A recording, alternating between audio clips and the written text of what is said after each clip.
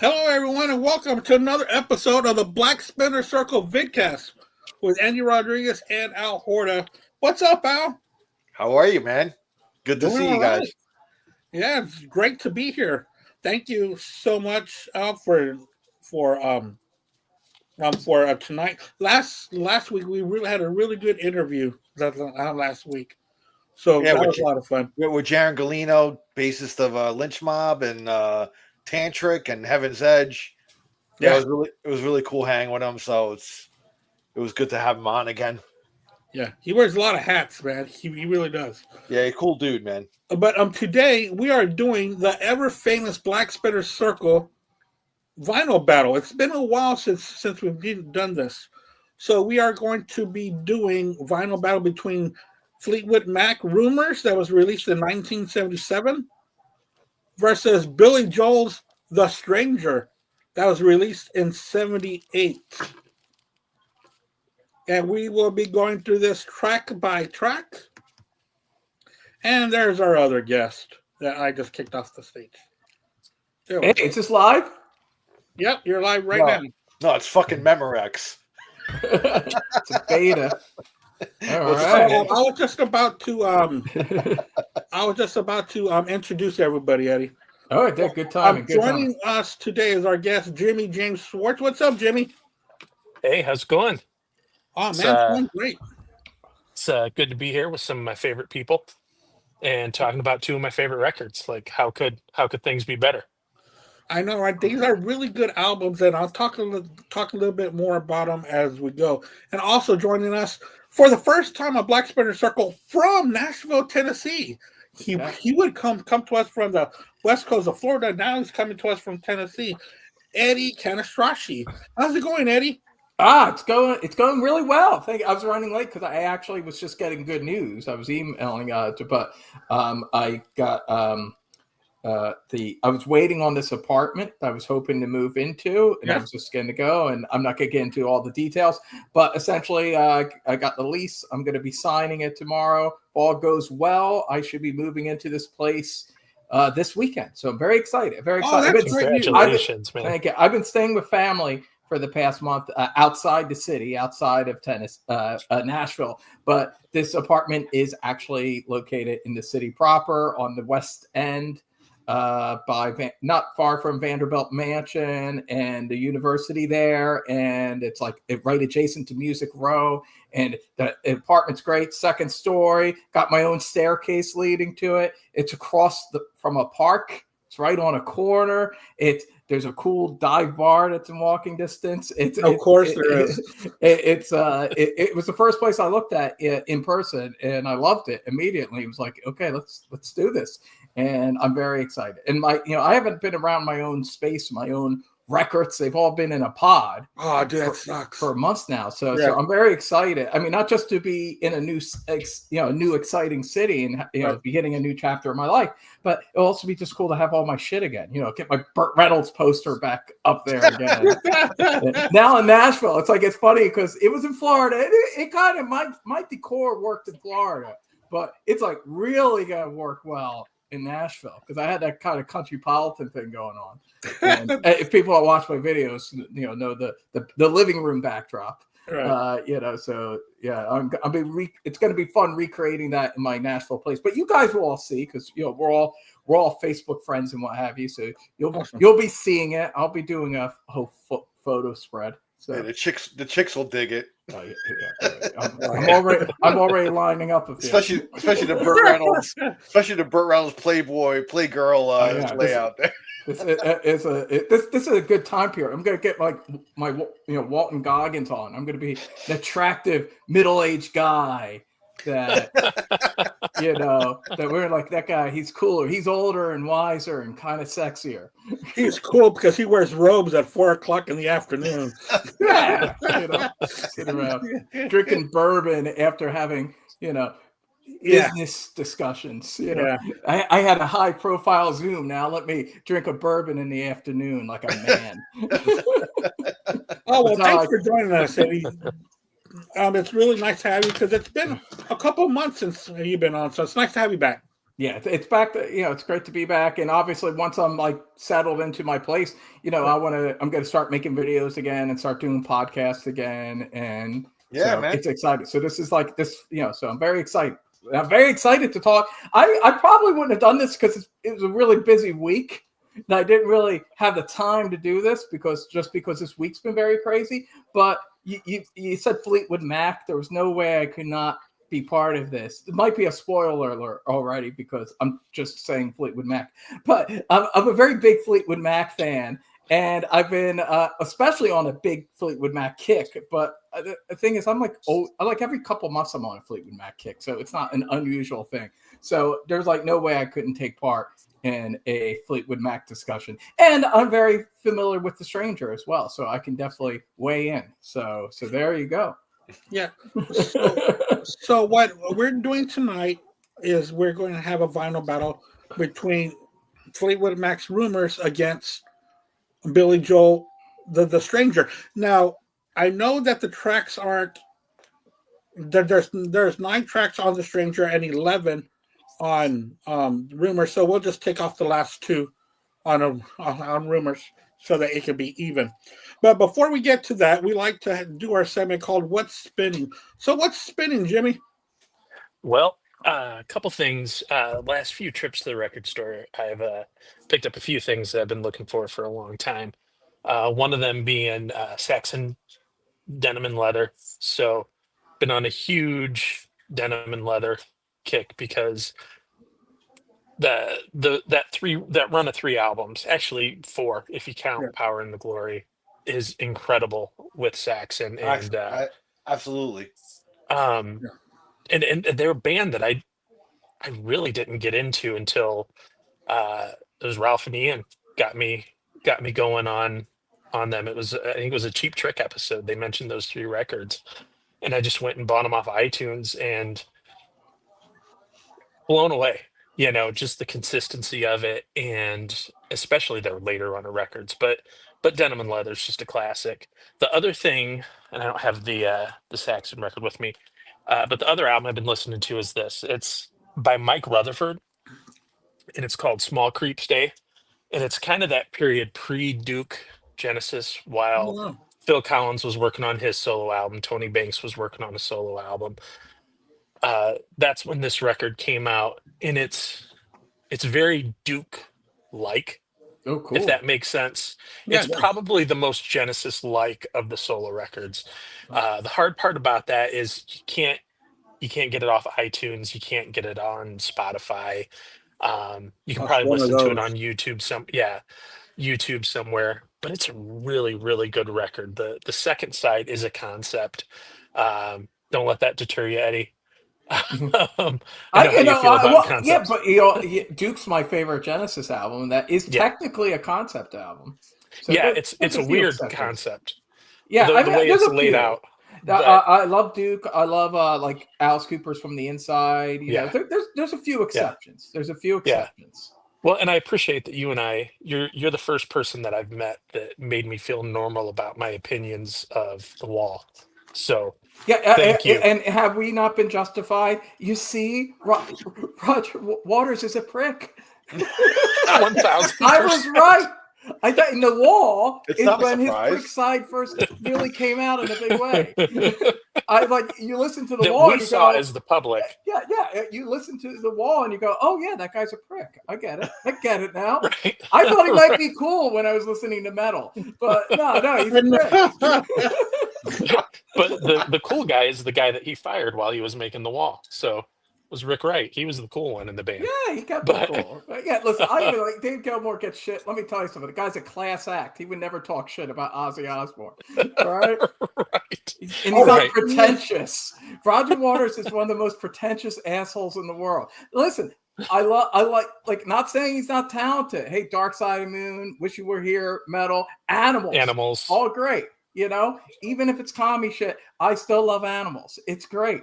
But The Wall, to me, that was the Wall. When he put up The Wall, I was like, no, fuck this shit. I know people love it. I get it, but I never liked it, and I didn't like anything he did afterwards. So fuck that guy.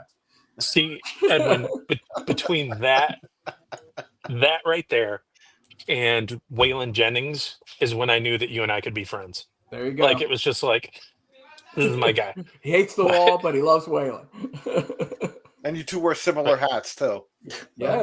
I'm sorry, I'm not working the black app tonight, but I got it. It's in the closet. I got a couple. I got like a stack. I had to grab something to keep the glare off my head. Do you have a hat rack? I'm actually, for the first time, I don't know why, but over the years, I have a lot of hats, including my cowboy hat. So I'm gonna get a hat rack. Like, I figured, it's a good idea. Yeah, I should actually have a hat like an rack. old school, like a proper hat rack. Yeah. It's a good like, idea. why not? It seems so simple. Like, why have I been stacking hats up like white trash? And that would go well with your whole decor. Like, that would fit right in. Yeah, I think I'm going to put it in the office, the home office. I think that's a nice place for a hat rack. It's like, hey, it's business time. What you should do is buy a deer head with the antlers. You can hang your hats on there. Now that you're in Nashville. I feel like that sends too much of a political message. I like to stay out of all that. All right, Eddie. So what have you been listening to? I know that you've been moving back and forth and stuff like that, but anything on the radio? I'm pretty sure you've been listening to something. Well, yeah, I haven't been listening to the radio, but that I don't know what else. But I like the idea. I like the idea that Casey Kasem's top 40 countdown. No, I was Fleetwood Mac. I've been listening to a lot of Fleetwood Mac. On the radio? On the radio. Yeah, they just play all the hits, but Rumours is like that's 90%. They can play all Rumours on the radio. I think I've actually heard the whole thing on the radio. Pretty much. Yeah. So that I've been listening to that. Listen, I do love country music, and I'm in Nashville, so obviously I'm a man that does embrace aesthetics. Doesn't mean I'm only going to be listening to country music now, but obviously you get to a new location. We've been driving around. I've been seeing a lot of beautiful Tennessee landscapes and stuff. So I have been listening to Waylon and a lot of country, but some modern stuff too. Like I like Chris Stapleton a lot. I was listening to his last album, Higher, which is great. I was listening to that a lot. I like Miranda Lambert and her last album, Postcards from Texas. I was listening to that a lot. So I've been listening to a lot of Miranda and Chris Stapleton. And I was like listening to John Denver's Greatest Hits. I was listening to that. That's great. Country Roads, that's great. And I've been, Stevie Nicks, Lana Del Rey, Ozzy Osbourne, Black Sabbath. A lot of the usual suspects. Yeah, I like the Lana Del Rey is always on your.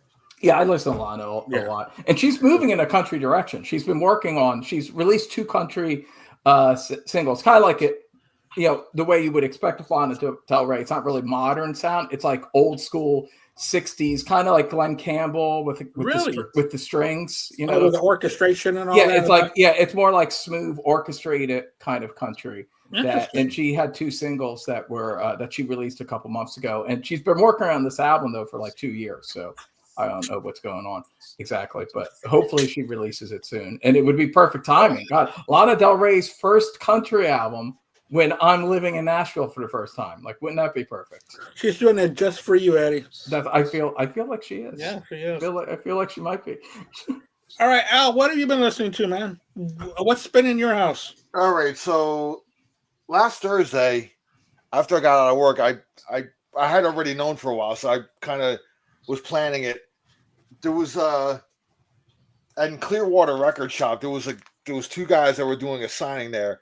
One was Jimmy Mays. Now he played on one track on Cry of Love, and they were doing a signing there. So I'm like, what? I got to go meet somebody that actually played with Jimi Hendrix. And I bought the album, and he actually signed it for me. That's very cool. I love that album. He played album.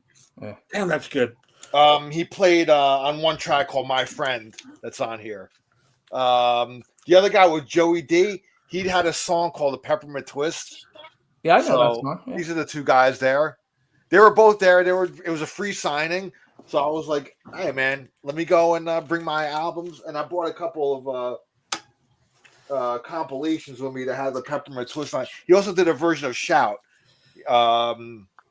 So I bought this, and he signed this for me. This is like a box set that has a bunch of songs on it. Dude, that's crazy. I actually have that compilation. You have this one? Yeah. I do. I went. I love that box. It's great. I went so into my archives and I had a bunch of albums in there, and I pulled out a couple of comps. Yeah, this is one of them. It's like a 4, I think, album set. So he signed the back of it near Peppermint Twist, which is his song there. He's also on the American Graffiti soundtrack. That same song, Peppermint Twist. Yeah, So that's an amazing soundtrack. That's one of my favorites. Oh, it's a great soundtrack, dude. Yeah, dude, that's crazy. A great movie as well. Yeah, look at that, man. You got the same one. Yeah. Oh, look at that. Yeah, that's crazy. Because this isn't very common, but that's really cool. Yeah. So American Graffiti signed that, and there was another compilation. I had like 20 original winner hits or whatever. That's good. I love that you have all these old rock and roll compilations. Oh yeah, dude, I have a shitload, dude. It's like albums that friends of my parents or whatever, they all donated shit to me because they know I love music, and they're like, "You want my vinyl collection here?" So I'll take it. Shit. But he's actually on 2 songs on this one. He's on the Peppermint Twist, and his other song "Shout" is on here. So he's got 2 songs on this compilation. Oh, wow. And then, again with the Cry of Love, that this was, and he told me like some cool like Jimmy stories, like how he met, and they recorded that song in the record plant, and it was really cool. Real nice guy, So very soft spoken. I had to kind of lean in to hear him, but very, very cool, And then the other day I went to a record store. I couldn't pass this up. I had to get the Plasmatics. Oh wow, that's pretty cool. This is a very mint copy. It's still like in the shrink wrap and everything. So wow. It was only like $20, and I had to have it. It's like mint. Like it's all. I looked at the album. It's like looks like it wasn't even played. So awesome. So yeah, I didn't really have any Plasmatics in my collection. I needed to rectify that. So that's one that I had to get. And I think that's really. Oh, and I went to go. If you guys can see that, I got the Spinal Tap thing going. So I went to see Spinal Tap 2 with Kayla, my daughter. So how was it? Let's just say sequels never live up to the they never live up to the hype. It's hard to top the first. I didn't hate it, but it was one's good. There was funny moments in it, but I mean, it's not going to beat the original. I don't think anything would ever beat the original, But it's cool. They're older. They're doing one show at the end of it. I'm not going to spoil it, but in case anybody hasn't seen it, but I liked it still. It was kind of cool. They, McCartney was in it and Elton John, and it was pretty cool. There's some funny shit in there, though. I'm not going to say that it was a flop or anything like that. It's just like when you're comparing it to the first one, it doesn't compare. Oh well, yeah. No. But Kayla enjoyed it. Because we watched the first one first before, so I can get her up to speed because she never saw that one. She thought that was pretty hilarious, pretty funny. And then we saw this one, and she enjoyed it. She's like, I thought it was good, So we had a good time going together, and we went on Sunday to one of the matinee shows Sunday afternoon.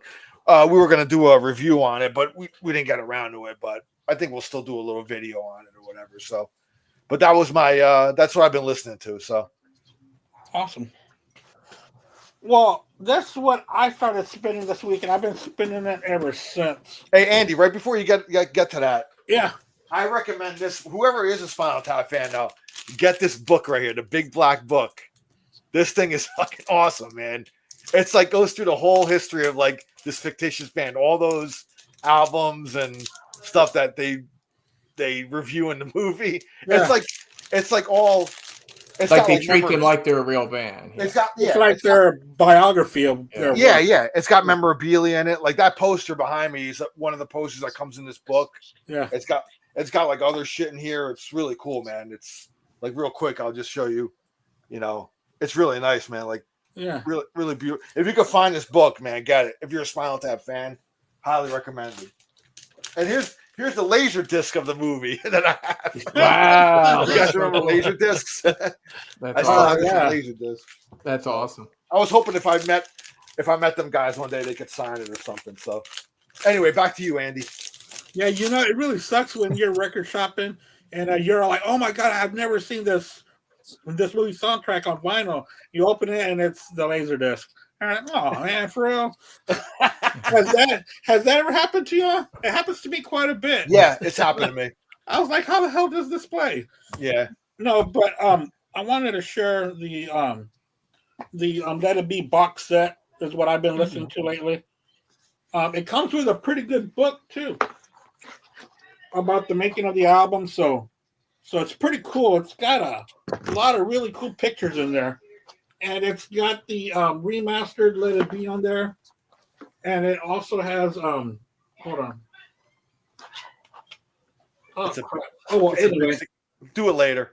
Yeah, and then it's got the Get Back Apple Sessions, a doubled album of that, which is pretty cool. But you get to hear them just jam, or like alternate lyrics, or like alternate sounds to songs. It's really cool to hear the Beatles at work. You know, it's an amazing thing to listen to. And then also they got the Glenn Johns mix of the Get Back LP as well on here, and also a 12-inch single of Let It Be as well. So it was a pretty cool box set. I've had this one for a while, but I've never really, I'll just put it down. I haven't really sat down to hear from beginning to end. I actually did that this weekend. So it's pretty cool. So that's what I've been spending this weekend. All right, guys. Now, time to get to the task at hand. A vinyl battle between these two albums, fantastic classic albums. One of them is one of the biggest sellers of all time, which is Rumours. But which one has the actual better songs on there? I guess we will find out. All right, guys. The first battle. Well, it's going to be against Billy Joel's The Stranger. Which is also a bit, I mean, they're both like two of the biggest albums from 1977, I would say. I assume that's 70s, why you're comparing them. Because they're both 77, aren't they? Or is Rumours like late 76 into 77? Right, and The Stranger is 78. No, well, I think like it was released in 77, but it still had like singles into 78, I think. I thought that I thought it was released in 78. Maybe it is. Maybe I'm wrong. Hold on. Well, they're only a year apart. I know they're close. Yeah, they're this is 77. Right. So that is 77. All right. 77, and then The Stranger is 78. I thought it was 77. Maybe I'm wrong. It says 77 on the record. 77 on it. So there you go. Oh, yeah, that's wrong. It's 78. It's wrong. That's wrong. It's wrong. I thought that's why we were doing this. They were like 277 albums. Anybody want to buy this as a misprint? Andy said it's wrong. All right. Well, okay. Well, let's just say they're it's two worth big something albums now. It's a misprint from the mid 70s. We'll just say that. Oh well. I wasn't doing it because they were the same year. I was doing it because they're very close. They're both pop rock albums. They're both singer-songwriter albums. I think they're both. I don't know about if technically The Stranger is the biggest selling Billy Joel album, but it's definitely the one that is most revered and that people cite the most. And it's the one that has, I would say, the biggest handful of songs that are played on classic rock radio. And the same with Rumours. I mean, obviously, Rumours is also their biggest selling album as well. It's just one of the biggest selling albums of all time. But even just in terms of legacy, even though there are some cats like me that are Tusk guys, and Tusk is my favorite Fleetwood Mac album and one of my favorite albums of all time, I can recognize that's more of a special group of people. Tusk definitely has a big cult following, but it is a cult following. Whereas your most average normal person, it would be Rumours. Rumours would be the Fleetwood Mac album. Now, like maybe there were some what was it, like Glass Houses or what's the doo-wop one? An Innocent Man. They might have sold more copies. It's possible. I don't know. I'm not that big of a Billy Joel fan, so they might have sold more than The Stranger. But whenever people talk about Billy Joel or talk about like what his best album is, it seems like it's always The Stranger. That seems to be kind of like Goodbye Yellow Brick Road for like Elton John. It seems like The Stranger is the go-to Billy Joel album. At least that's what it seems like to me. Yeah, that album is his most revered one, his most popular one. But of course, when he went into the 80s, I think he had a lot of good singles, but not strong albums like The Stranger was from beginning to end. to me, this album by Billy Joel is very ambitious. It's a very ambitious album, and it's very impressive as well. Both of these albums have no filler on them, in my opinion. Oh no, yeah, They're yeah. both- Each track is really good and strong. They're both great from top to bottom. So Yeah. Yep. That's why I chose these two. I was going back and forth on other ones, but I was like, out of the blue, this one fell into my lap. I was like, wow, you know what? It sounds pretty cool. Let's do that one. So let's get started. Track 1, Billy Joel's The Stranger, Moving Out, Anthony's song. Rumours has Secondhand News. All right.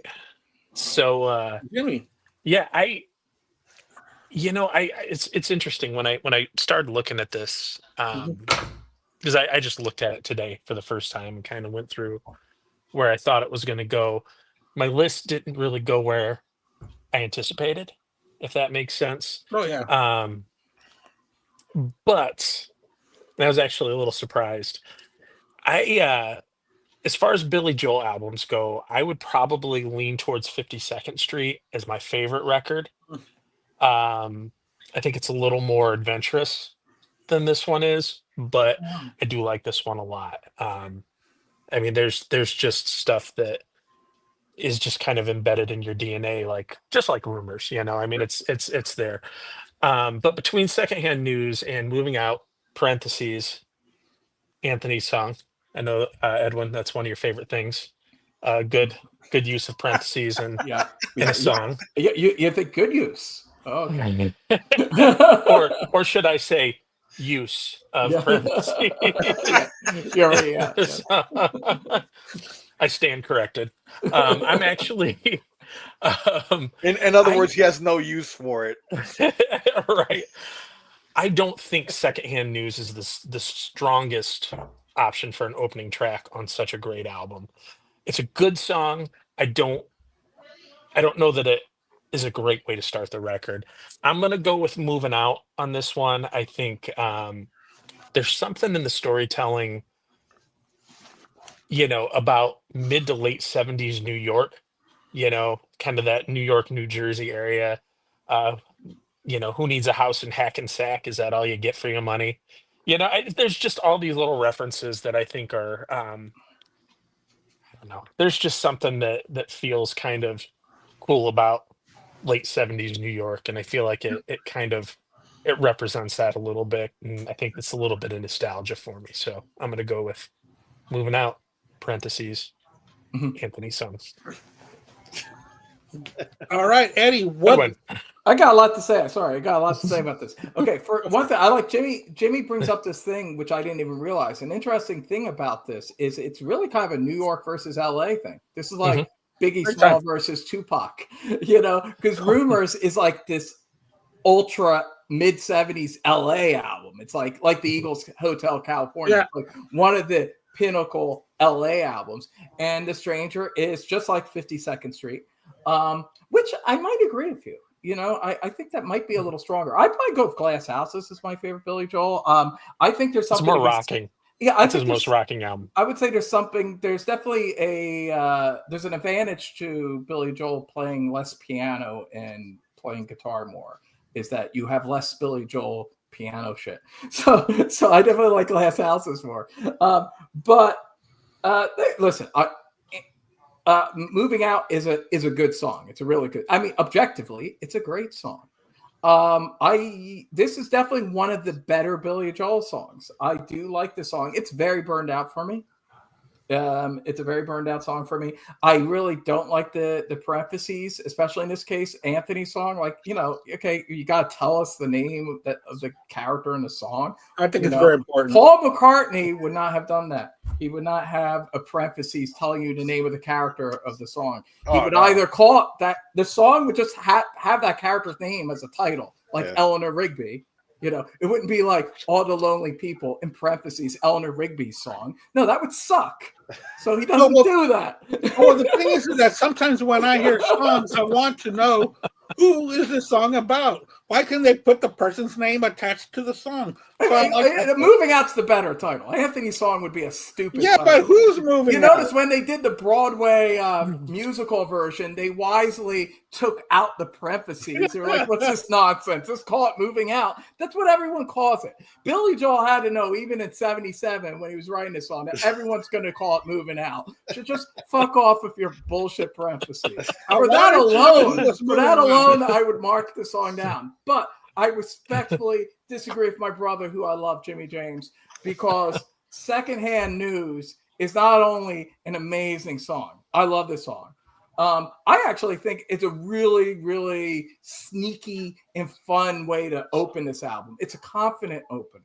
You know, they got some big guns. They're holding back. You know, they don't need to throw the chain quite yet, or, you know, go your own way. And like they're holding back a little bit. It's about kind of setting something up.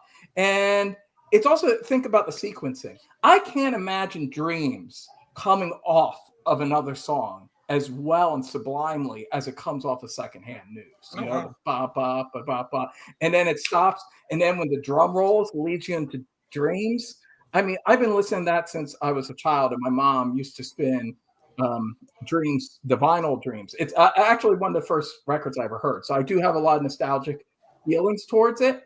But a lot of early 80s Billy Joel, like the first Billy Joel album, is actually not Stranger. It's Glass Houses, because my mom had that record. And she actually, even though they were a couple of years apart, like Glass Houses was a new album at the time. It was like 1980. But Rumours, you know, was already like, she had it for a couple of years, but she's always played it.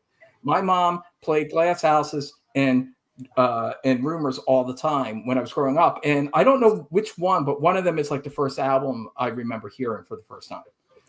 So I have a lot of nostalgia, especially for this one. But this holds up. Rumours is amazing even without the nostalgia. I'm a big fan of Lindsey Buckingham. I'm a big fan of all three of the principal songwriters of Fleetwood Mac. And I just love the sound of the guitars, the production. I love he brings in this kind of like this Buddy Holly meets the Beach Boys thing, and it's just, to me, that's like Lennon McCartney stuff. And I don't know. This is the thing about Billy Joel. I don't want to be trashing Billy Joel. He's a very talented guy, right? I know everyone loves Billy Joel. America loves Billy Joel, and I'm not like one of these haters. Like Billy Joel's got his haters too. I'm not a hater.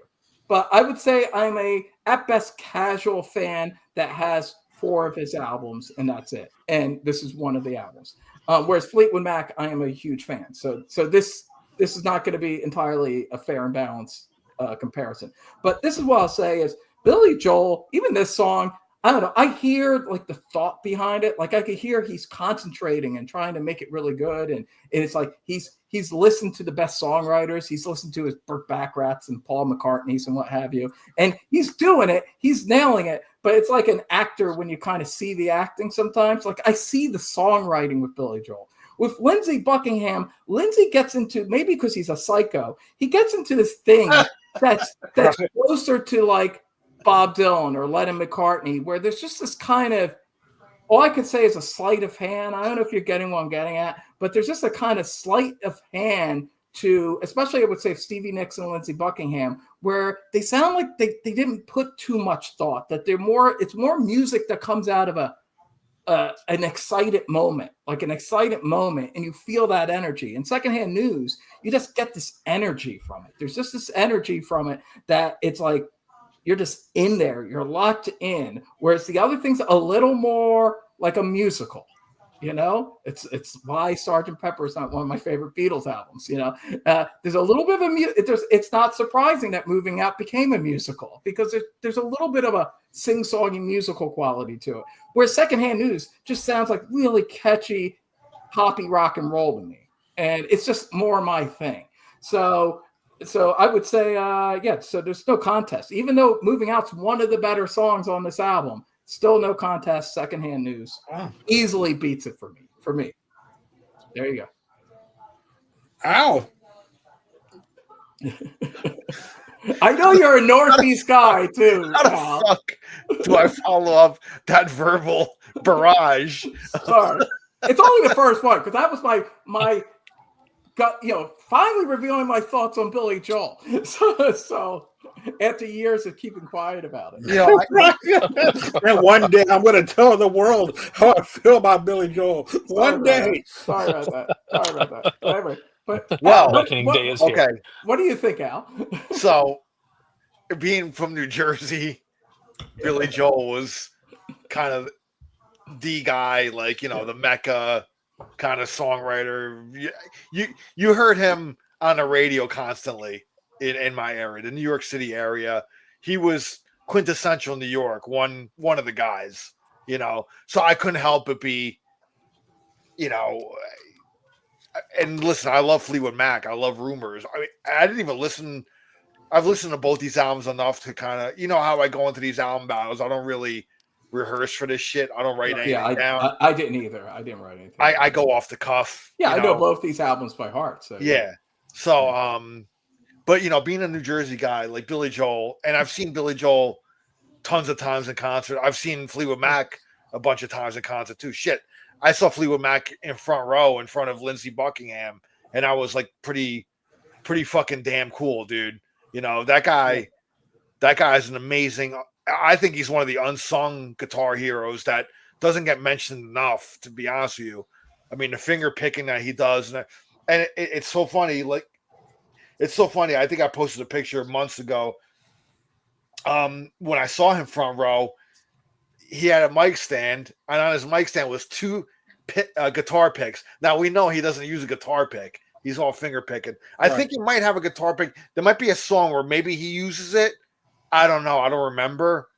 There might be like maybe a part in the song, but it might be. Normally he does it though. Even the solo at the end of "I'm So Afraid," he uses his fingers. His fingers, yeah. So which is insane that he's. And the funny thing is, at the end of the concert, one of the roadies gave me one of the guitar picks. I was lucky enough to get, and on the guitar pick is a picture of a guitar pick with a circle and a line going through it. So it's anti-guitar pick. You know what I mean? Yeah. So, which I thought it was pretty funny. Maybe he puts it up there just for a roadie to hand out to a lucky person, out there or something. And, maybe it's just kind of a joke about it. Anyway, back to the albums. I love Lindsey Buckingham. I love I love Secondhand News. I love the opener, especially that guitar solo at the end when he's like fading out. I think it's fucking pretty amazing, dude. That being said, I think I'm going to give it to Moving Out. I think it's just a better opener, but Eddie does bring up a good, he brings up good points. Secondhand News is kind of like a cool kind of way, like to kind of open the album, not like they don't hit you like right over the head with a huge hit or anything. It's just like kind of, it eases you into the album in a way. You know what I mean? So, but I'm going to give it to Moving Out. I might be a bit biased because I'm a New Jersey guy. So I don't know like who I'm going to lean towards more, but both amazing albums. I mean, you can't go wrong with either, but I'm going to give this one the Moving Out. All right. So. For me, it was pretty simple choice. Either a epic opener, ambitious, or an opener where it sounds like it wasn't finished. So I am going to go with Moving Out, Anthony's song by Billy Joel. I think it's a great opener. The storytelling is fantastic. And I know I'm far away from New York City and LA because I'm down here in Houston, Texas. So I'm kind of in the middle, south. But when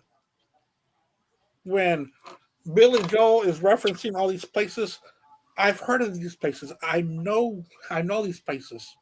You watched TV and movies, especially in the 70s and 80s. New York City was the mecca of everything. I mean, so much was coming out in New York. So that was the dirty, seedy New York, man. Which yeah. Imagine it would have been cool if they would have kept the porn shops. Well, that too. But I mean, if Moving Out would have went against Go Your Own Way, it kind of goes together. Moving Out, Go Your Own Way. You know what I mean? So yeah. I see what you're saying. Yeah. Anyway, but yeah, all right. It would have been a nice little, part 2 or part 1 of each other, like feeding off each other. Yeah. Track 2, we're going with the title track of The Stranger against Fleetwood Mac Dreams. All right. So I love The Stranger. Actually, I played that in a band for a while, which Oh, wow. that was I love the guitar line in it. Uh, talking about hiding who we are, kind of this whole story about that.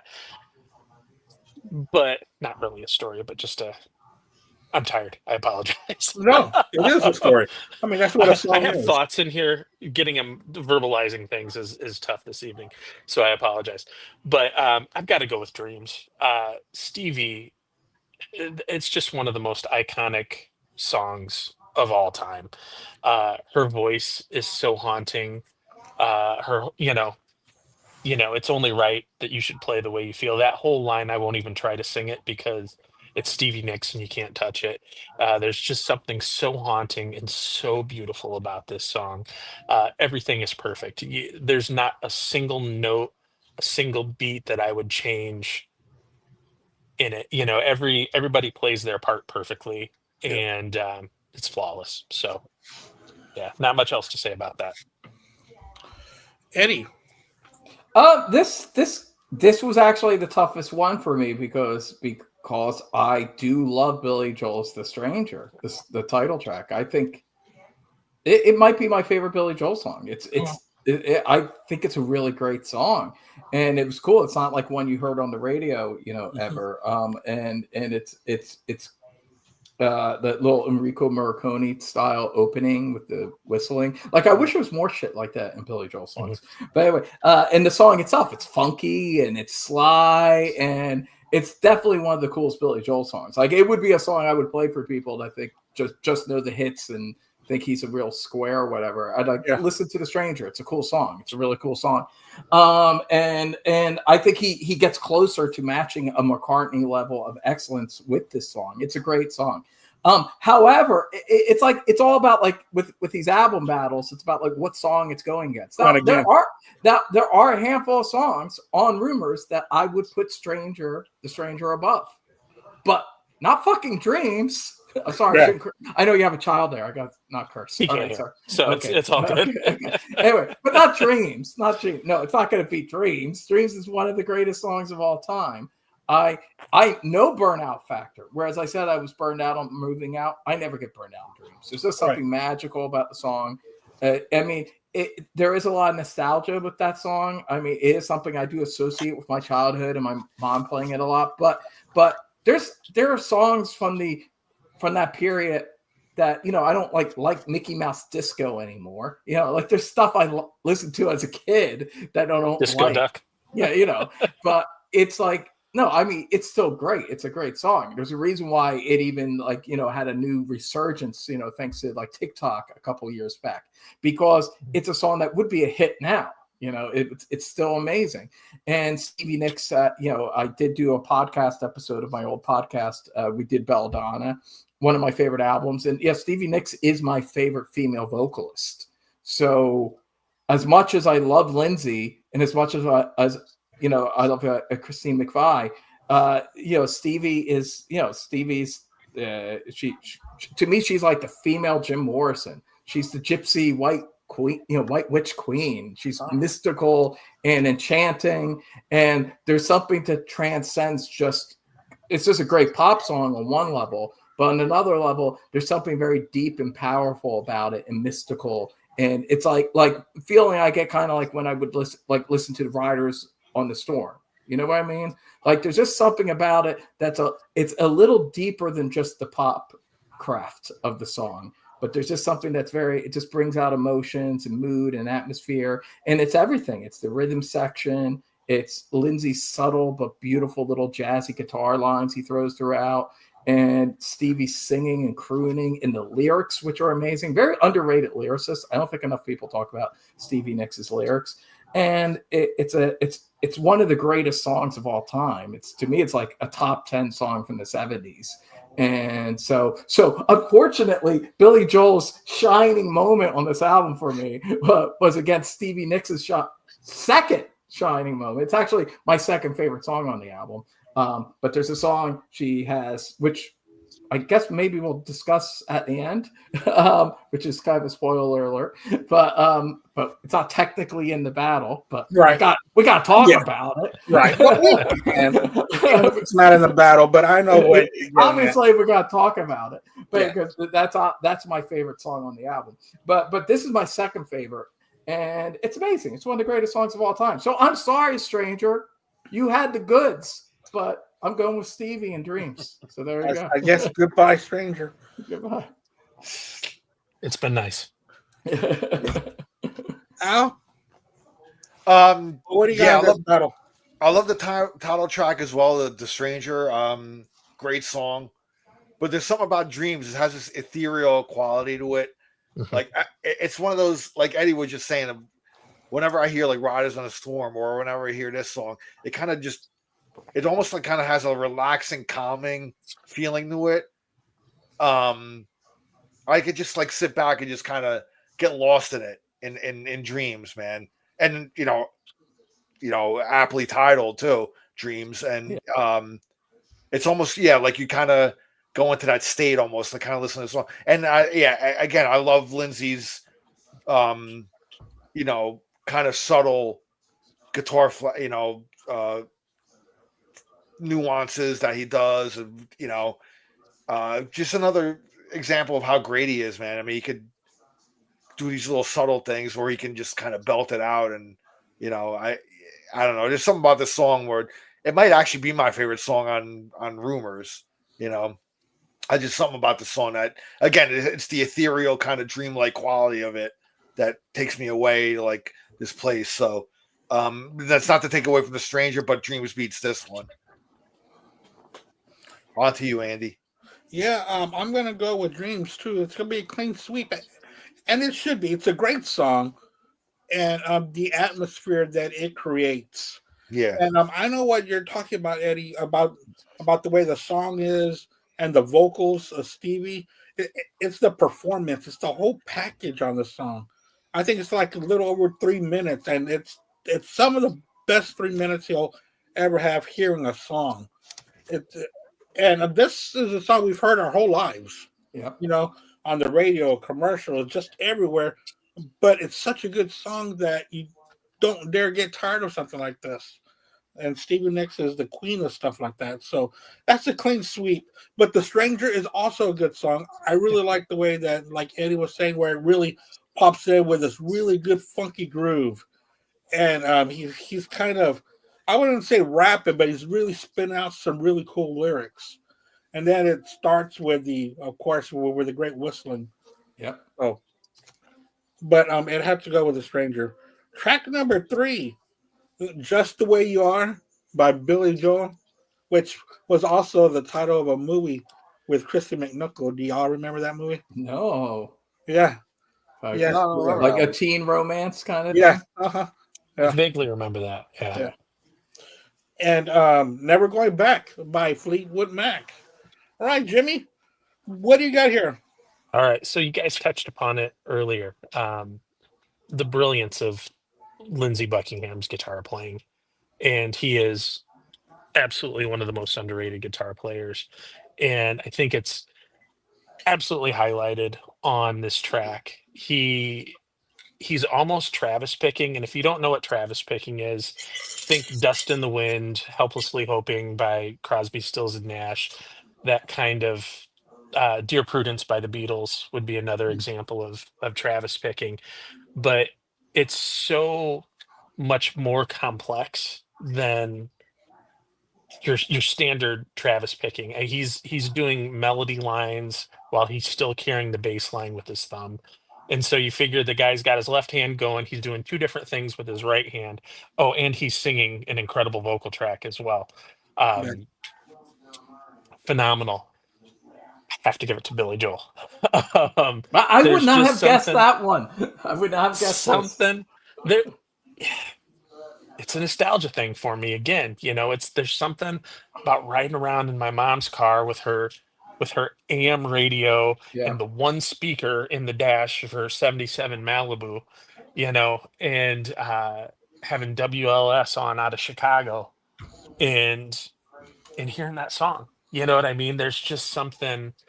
The electric piano. I love the sound of a good electric piano, and I don't know. It's musically from me. You would probably expect me to go with Fleetwood Mac, but just for the tugging on the heartstrings, it's going to be just the way you are. Yeah. All right, Right. Eddie. Does he like her the way she is, or love her? I always forget the title. I love you just the way you are. So he does love her. Yeah, he Yeah. loves her. Okay, He loves yeah. her just In the my way mind, I was Don't go thinking like changing. I like her. Don't go Don't go changing. changing. Don't go changing. Don't try no new fashion. That makes sense. It would be kind of a piss poor love song if he said, "I like you the way you are." You're all right. I like You're all right, I guess. There might be somebody else in the horizon, but I like you. No, but anyway, obviously, I do have nostalgic feelings for this song as well. I love you just the way you are. It's a beautiful song. It's a beautiful love song. It's nice. It's probably, I would say, my third favorite song on this album. It's a very, in some ways, I always thought this is the one area where I felt Billy Joel topped McCartney, because I think with the electric piano, this is very similar to although McCartney did it a couple years prior to My Love. Very similar to My Love, but I actually think this is a better song than My Love. I think the lyrics are a little a lot better, I think. Yeah, have a little more substance to them, and I love it's boring. Yeah, I think this is a superior version. It's like kind of like he did a similar song but made it better. John Lennon was a fan of that too, so he probably agreed with this because he liked this song. It's kind of funny though when you listen to the lyrics though, because he's essentially saying he just wants like a dumb girlfriend. He doesn't want to have intelligent conversation. He just I've been there. Listen, I'm a smart guy. I usually have dated intelligent women. Right, Sometimes, no, it's too much. You just want someone you can watch some dumb stuff with. And just just slow down. So I feel it's like one of his more honest and vulnerable moments. I like these moments. I do like these moments when Billy Joel's kind of admitting to being such a normie, because really, when you think about Billy Joel's like the ultimate normie artist. He's like the most basic, straight, down the middle of the road guy you can kind of think of. And when he leans into that, it's like authentic and it's real. And this is how a man might feel about being in love with a woman that's not too bright, but she makes you feel good and it's nice and easy. And it's that's not the main part of the. But it's a nice feeling. And it's the same. You don't have to be so fancy. You don't have to be great. You don't have to know shit. Whatever. You don't have to know anything. He's got low standards. Whatever. But it makes him feel good. And I like that. But that being said, a girl goes out. Is that about me, Billy? Am I the stupid basic girl that just you're settling for? That's in parentheses. I'm trying to buy some parentheses. It's the full title is "I Love You Just the Way You Are." In parentheses, that stupid basic girl that I'm settling for. Julie's parentheses simpleton song. Simpleton song with sax solo. Man. But I do like the song. All that ball busting aside, I do really like it. But no, I'm going with the fucking Lindsey Buckingham song. Come on, it's Fleetwood Mac, but really it's Lindsey Buckingham. It's just him. He's the only member of Fleetwood Mac on this song, I believe. He also does it live. He pulls it off. I saw him a couple years ago, Lindsey Buckingham. This was in LA. I saw him do a solo concert. This was like just a couple months after he was kicked out of Fleetwood Mac. Yeah. Like for, I don't know, like the third time or whatever in his life. I saw that tour too. Amazing. It was a small place. And he's like in his 70s. He's in his 70s. I was impressed. I've seen Prince live. I've seen Paul McCartney live. Lindsey Buckingham is the most talented person I've ever seen live. I'm convinced of that. He blew even Prince and Paul McCartney off the stage. I never saw someone play guitar like Lindsey Buckingham. Like I was like my jaw was dropping. I've seen clips. I knew he was great, but seeing him live and in his 70s, and he's like all the stuff that he was doing it. You were talking to him, and he's doing guitar. He's doing it live, just him and the acoustic guitar, and he played it with such venom too. That's the thing. Like, even though he's a guy in his 70s, you could tell he was making the song about Fleetwood Mac. Like, no, not going back again. Like, and he slowed it down at the end, and he was just like, he's a real goddamn artist. He's a genius. I think Lindsey Buckingham and Stevie Nicks, I both think, are geniuses. And Christine McVie is very, very talented, kind of like Billy Joel. She's a very talented songwriter and kind of on that level. But imagine if Billy Joel was like your third tier person in your band. That's Fleetwood Mac. That's how good they are. Anyway, because I think Lindsey Buckingham and Stevie Nicks are like Lennon McCartney. But I'm a big fan. Let's just say that. But anyway, so this song's amazing. The guitar playing, Lindsey's vocals, it's like Blackbird kind of shit. Like, that's what I'm saying. This is like Beatles level shit. So as nice as that song about the stupid basic girl is, Never Going Back Again is definitely owning it, in my opinion. That's just how I feel. Anyway, so what do you think, Al Porter? Again, how do I follow this verbal barrage of fucking well, I guess I love small C love songs about stupid women, bro. Simpleton song. I don't know, man. The beginning part, the electric piano, like, I don't know, it just kind of dreamlike as well. And I don't know, man. I guess as a little kid growing up, man, and hearing this song on the radio, just kind of embedded in my brain. I mean, I guess you could call Never Going Back again like a deep track on if there's a deep track on Rumours, that could kind of be one, because you don't really hear that one on the radio. Great song, love this song. And again, I agree with all the sentiments on Lindsey. I mean, such a fucking monster guitar player that that could blow away most, and I found his guitar pick too. If you want to see it, see it right here. See that? See the guitar pick with the circle. Oh, well, he's making fun of picks. He's making fun of picks, man. Which is great. Yeah. And on the other side, it's LBTI. I don't know what TI is. Do you know what it is, Eddie? No, I don't know what TI. I don't know what that means. I know LB is Lindsey Buckingham, but TI, I have no clue. I feel like you think Lindsey Buckingham and Duff McKagan have ever been in a room together, and Duff was like, "Hey, you play an instrument that you're supposed to use a pick on, but you don't, and I play an instrument that you're not supposed to use a pick, but I do." Yeah. Like, let's have sex or something. Like, do you think that ever happened? It's possible. Just saying, it could have happened. I do love both songs, but I do love Just the Way You Are. I don't know. I'm a sucker for a small C love song sometimes. So, and but it's small C in the 70s kind of way, not in the more cheesier 80s. I feel like the keyboard sound would have been cheesier in the 80s if he had done it then. It's kind of got that electric piano kind of, almost that Styx, like Babe kind of like sound. Babe, I'm leaving. Yeah, that Styx Babe, like that kind of electric piano sound. So I'm going with Just the Way You Are in this one. Again, probably sentimental reasons here. So anyway, Andy, go ahead, brother. Yeah, this was hard for me. This was one of the toughest battles. Just the Way You Are or Never Going Back. And I'm going to go with Fleetwood Mac on this one. Right on. Good job, Andy. When he says, been down one time, yeah. Been down two times, yeah. Never going back. I mean, it's just so many, those words are so strong and so true. I do like Just the Way You Are, but it's just a little bit too trite for me. It's just too saccharinized for me, And I'm pretty sure. So I was going to say a little joke, but I'm going to let it go. Saccharine sweet. Yeah.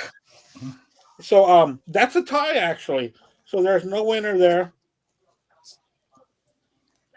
All right, next track, the fourth track off The Stranger, Sings from an Italian Restaurant against Don't Stop by Fleetwood Mac. Whew. All right. These So two are, I got a lot of material for this one. Good. I'm sure it is. Edwin, I can tell you haven't done a podcast in a while because it's like all like It's all suppressed. no. He's and been it's chomping all at the coming bit. out now. He's been chomping at the bit. Yeah, it's been a couple months. Sorry, Yeah. guys. No, Yeah. no, I Eddie, don't give a please shit, man. It's fucking awesome, dude. go for it. It's great. That is why we It's have great. you on here. I already like, We oh, love so hearing many talk. ideas, so many things I could say Yeah, about these each song gets its own novella from fucking Eddie. But Jimmy James Schwartz, what do you think of these two songs? All right, so this is by far the toughest battle for me. Don't Stop is such a great driving song, catchy as all get out. Great guitar solo. You get the one note guitar solo for a while, which is not a lot of people can pull off a one note guitar solo well. Lindsay does. However, Scenes from an Italian Restaurant is like a top 10 song for me all time. It's so cinematic. I love how it jumps. It's almost progressive in a way, if Billy Joel could ever be progressive, where you get kind of like the New Orleans ragtime jazz vibe going, and just this whole story of Brenda and Eddie, and it's almost like you're sitting in the Italian restaurant. He puts you there, and you can go from table to table and get parts of a story or a different story, and I think it's just brilliant. So yeah, it's my favorite Billy Joel song. It's one of my favorite songs of all time. And in the words of the Beastie Boys, I'm going to pass the mic to Edwin so he can eviscerate one of my favorite songs of all time. Maybe Go for it. I might go in a different direction with this one. Who knows? All right. Okay, so Don't Stop. I want to talk about this one first. Okay, it's all right. It's not one of my favorite songs from the album. I know it's one of the big hits. It's all right. And this has nothing to do with the fact that Hillary Clinton suppressed and women that, were trying to speak out about how Bill Clinton was raping them and then actually murdered people because of a bad land deal that went down. And then, got rid of emails. Nothing, even though that should all be in parentheses, the Clinton song. Oh boy. Everybody has secrets. Hey, it's all right. Listen, The views expressed on this podcast are not. listen, everyone kills someone. Hey, you can't be president of the United States without killing a few people. Come on. Grow up. You gotta kill some people to get to the top. Come on. I'm not judging. Big deal. She's had 20 or 30 people killed. So what? That's kid stuff. Grow up. It's business. Yeah, but 20 or 30 out of millions, that's nothing. Yeah, I mean, come on. Compared to what some people, let's forget about it. Anyway. It's not Stalin level, right? Cheney and Bush killed far more, So they kill, these people that run the country kill a lot of people. So you might not know that, but they do. They kill people all the time. It's happening as we're speaking. Something like Donald Trump, is blowing up some little boat somewhere of some people. It's happening. People are dying all the time because people that run, they have power, they get bloodthirsty, and it gives them it makes them feel good about themselves when they kill people. They lose their minds is what happens. So Don't Stop makes me think of that. Okay. So, don't stop, killing people to sustain your power. That's kind of what the message is. But it's catchy. It's a catchy song. You got Christine and Lindsay doing her thing together, which used to make Stevie very jealous. She didn't like that. She didn't like when they wrote together. But it's a nice little ditty. It's very catchy. I get it. It's kind of perfect to run a presidential campaign too. Even though that was 30 years later, or whatever. It was I guess 20 years later, whatever. Time's an illusion. But anyway, the thing is, this song sounded a little too much like a kind of instant anthem for my taste. I'm not into that so much when a song sounds like, here you go, here's an anthem. I'm like, fuck you, don't tell me you're an anthem. I'll decide in 10 or 20 years if you're an anthem. This song, comes out hey, we're an anthem already. I don't like that. So for that alone, I'm going with the fucking hokey Italian See, I knew it. Now, this is the thing I will say for Scenes from an Italian Restaurant. A, there's no parentheses, which I'm sure was hard because this song could lead to a lot of parentheses. It could be like red or white, or whatever. Like there's a lot of things. That's a boy's story. I don't think this is the thing about Billy Joel. He's not too cultured. He doesn't know if he should drink red wine or white wine with the meal. Like he's confused. He even throws out maybe a rosé, which is a little girlish of him.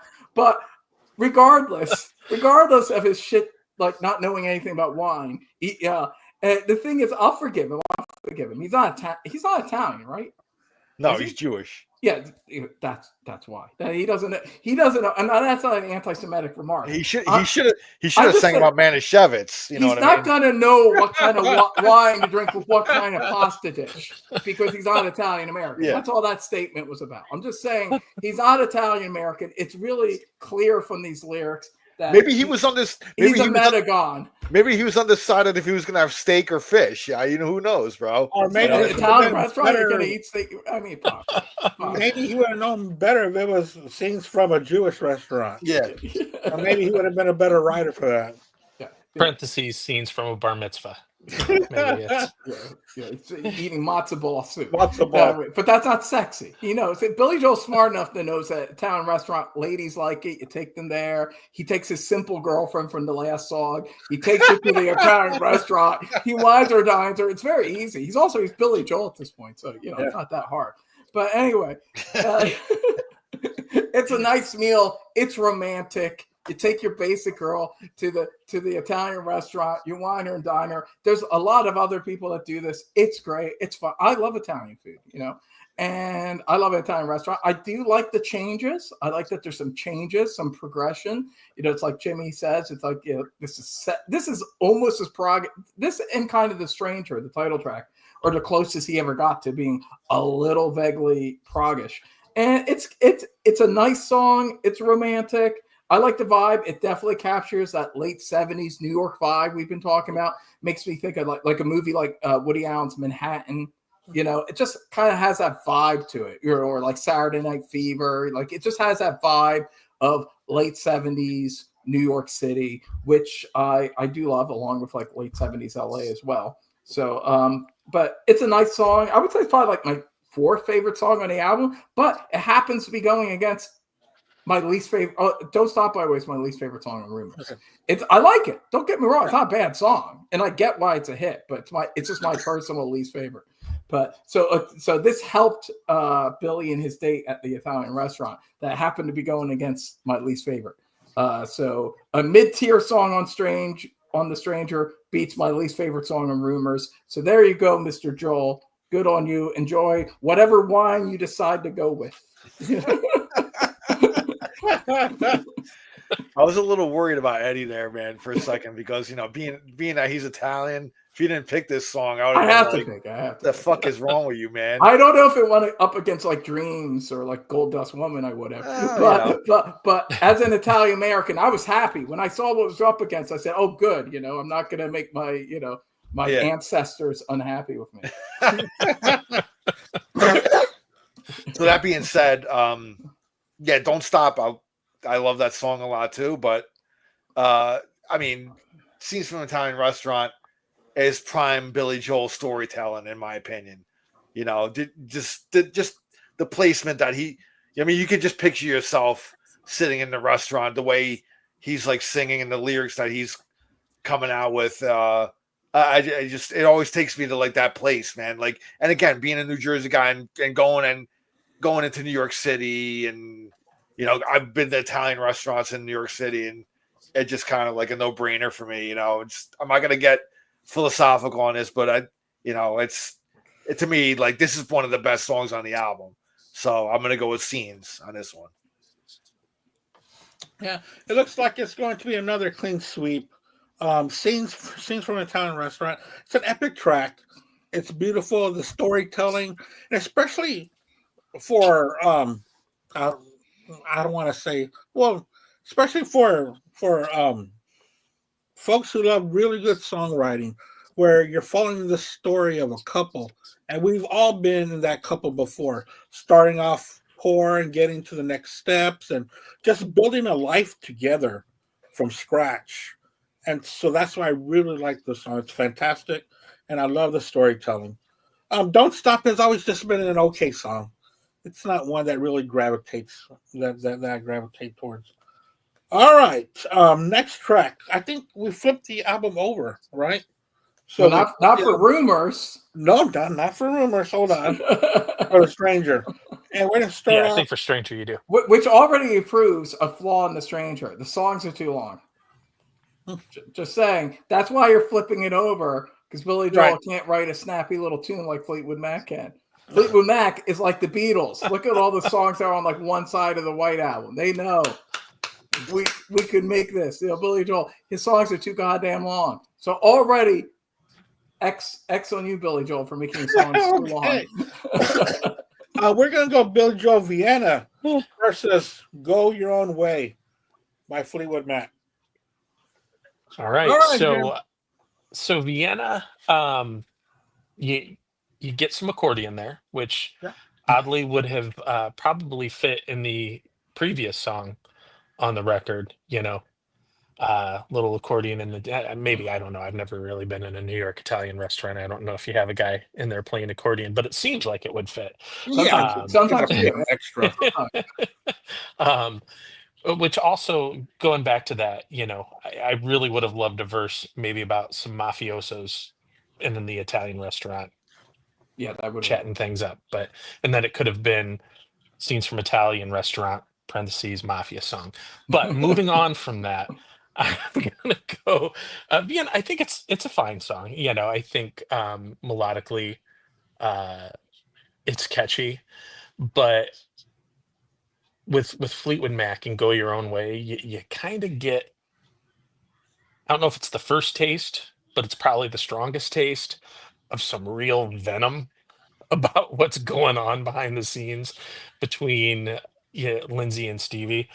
And I think it's one of those cases where the tension, where you get people who are kind of, we talked about Roger Waters and David Gilmour. I think that's one of the things that makes Animals such a great album, is the fact that those two hated each other.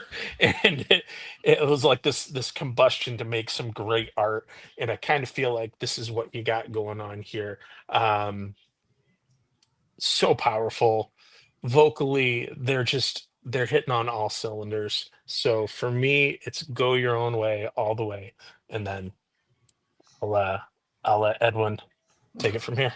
Is there going to be any question in anyone's mind which song I'm picking here? Okay. So I didn't know, because I don't actually have The Stranger on vinyl. Vienna opens the second side? Yeah. See, I always just assumed it was the last song on the first side from... It would make sense. That would make more sense. This is a second side opening. It's a nice one to have hidden in the middle of the album. Yeah, it kind of would have made sense as a little kind of epilogue to the last song on that side. Like if they would have flip-flopped the next song, it probably would have been. That would have worked better. So I mean, either way, this song was going to lose. But I guess that's an excellent call. I take issue idea that the stranger doesn't have filler, because I would argue that Vienna is filler.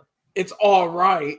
I mean, come on. If this was like the song, is anyone going to say, "Hey, you got to listen to fucking Billy Joel's Vienna"? There you go. No one's saying that. No one's saying that. The worst, even Don't Stop, that song about killing people to maintain your power, it is better than this song. I do not like Vienna. It's a mediocre song. It's corny. It's like Italian restaurant song, but minus cool Italian stuff, plus suck. I don't like it. I don't like it. So there you go. You got a song I don't like against one of the greatest, catchiest, most venom-drenched, as you were saying, Jimmy, rock songs ever. It's a classic. Fucking, Go Your Own Way. I fucking love this song. It's awesome. It's rocking. It's fiery. It's passionate. There might be a little bit of a burnout factor, but it's still like considering how many times I've heard this song since I was a kid, it's not that much of a burnout factor. You know, I even love like the little moment you hear it for a couple like seconds in like Goodfellas, you know, when they doing that cool montage of all the different songs that, you know, during that great coked out montage in the movie. And it just, it's just great. It's just so powerful, you know. And Lindsey comes in with the acoustic guitar, and then with the electric. He had a quality too that I would say Lindsey Buckingham really utilized the tonality of acoustic and electric guitars and how they balance each other out in a really interesting way.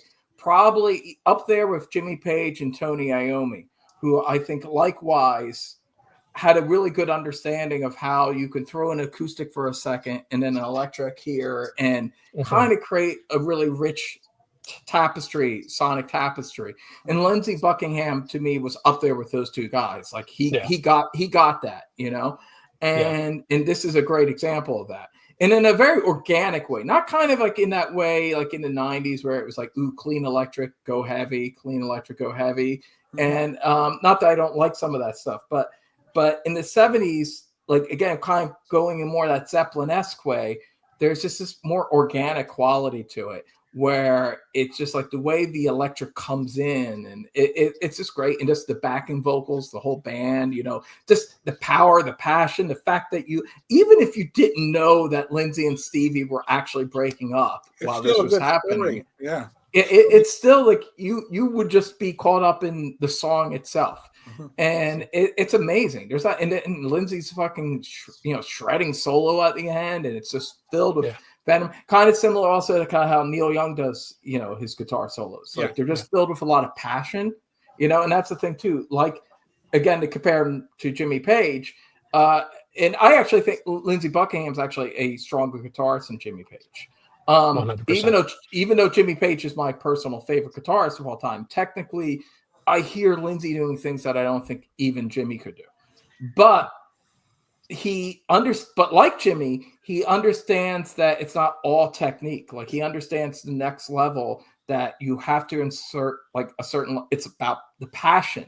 Like Jimmy did like the solo on "Since I've Been Loving You" was the second take, and that's it. Like 2 takes, done, got it. And it's like the thing. I know Lindsey was a perfectionist, especially as a producer, but he knows, you can tell, like he knows when like the jagged note that sounds a little wrong in the perfect right way. And he has that instinct. And again, that's what makes him a genius. And that's why, again, nothing against Billy Joel, very talented and The Stranger, but it's a very well put together album. Rumours is like a perfectly produced album. And it's not even, I think, the best produced. I think Tusk is the best produced, but it's the second best produced Fleetwood Mac album. And even as perfectly produced as it is, it has a little bit of this edge to it, like more so. And it's one area where I would say, and I love the Eagles. I think the Eagles are great. I'm a big fan.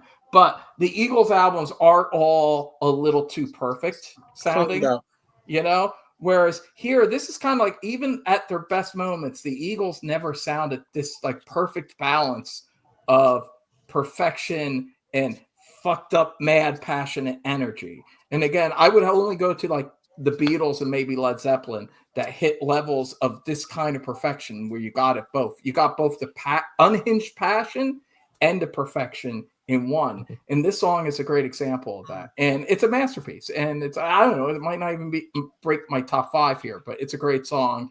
And it's definitely better than that shitty Vienna song. So there you go. So easily win. Go Your Own Way. I love it. It's a fucking classic rock anthem for an organic anthem. It comes out and it's like, to me, this is like, Don't Stop's like, hey, we're an anthem. This song is just like it earns it. It's not an anthem because it tells you it's an anthem. It's an anthem because we all feel that way. When we go through a breakup, this is how it feels. Lindsey knows how it feels, and he puts it through. It's amazing. It's amazing. Maybe, I don't know, maybe it's my 3rd or 4th favorite song. It's it's great. I might cry. Can I add an addendum to just something I wanted to point out. Somebody that doesn't get a lot of shine that I think deserves a little bit on that track is Mick Fleetwood. I think his drumming is perfect on that, and he doesn't get a lot of credit. He's a great drummer, Oh, he's amazing and I drummer. think Yeah. he plays for the song, and because Yeah. of that, people don't realize how great he is. But his whole verses, his work on the toms is amazing, and it's so perfect for the song, Oh and yeah. it's part of what makes the dynamic of that song so great. That's all I had to say. No, So it just want gives to a give some lot of love to. character. It really adds Yeah, the drama to it, like in the yeah. verses. Totally. Sorry, Al. I got to meet Mick Fleetwood too. I had a picture with him, but I think it's lost. I had a great big years ago. I had a great big like hard drive crash that had a lot of my pictures on it. This was before like clouds and all this type of shit, you know. And I think I lost that picture, but I had a cool picture of me and him. And he did sign he signed one of actually it wasn't a Fleetwood Mac album, but it was more the Mick Fleetwood blues band that he had with Rick Vito, and I think he had the kind of as a side band. So it was a CD that he signed for me and stuff. And I wish I still had that picture. Maybe I might have it like on a camera card or something. Hopefully, maybe one day when I go through my shit, I can find it or something. But anyway, I think it was shot.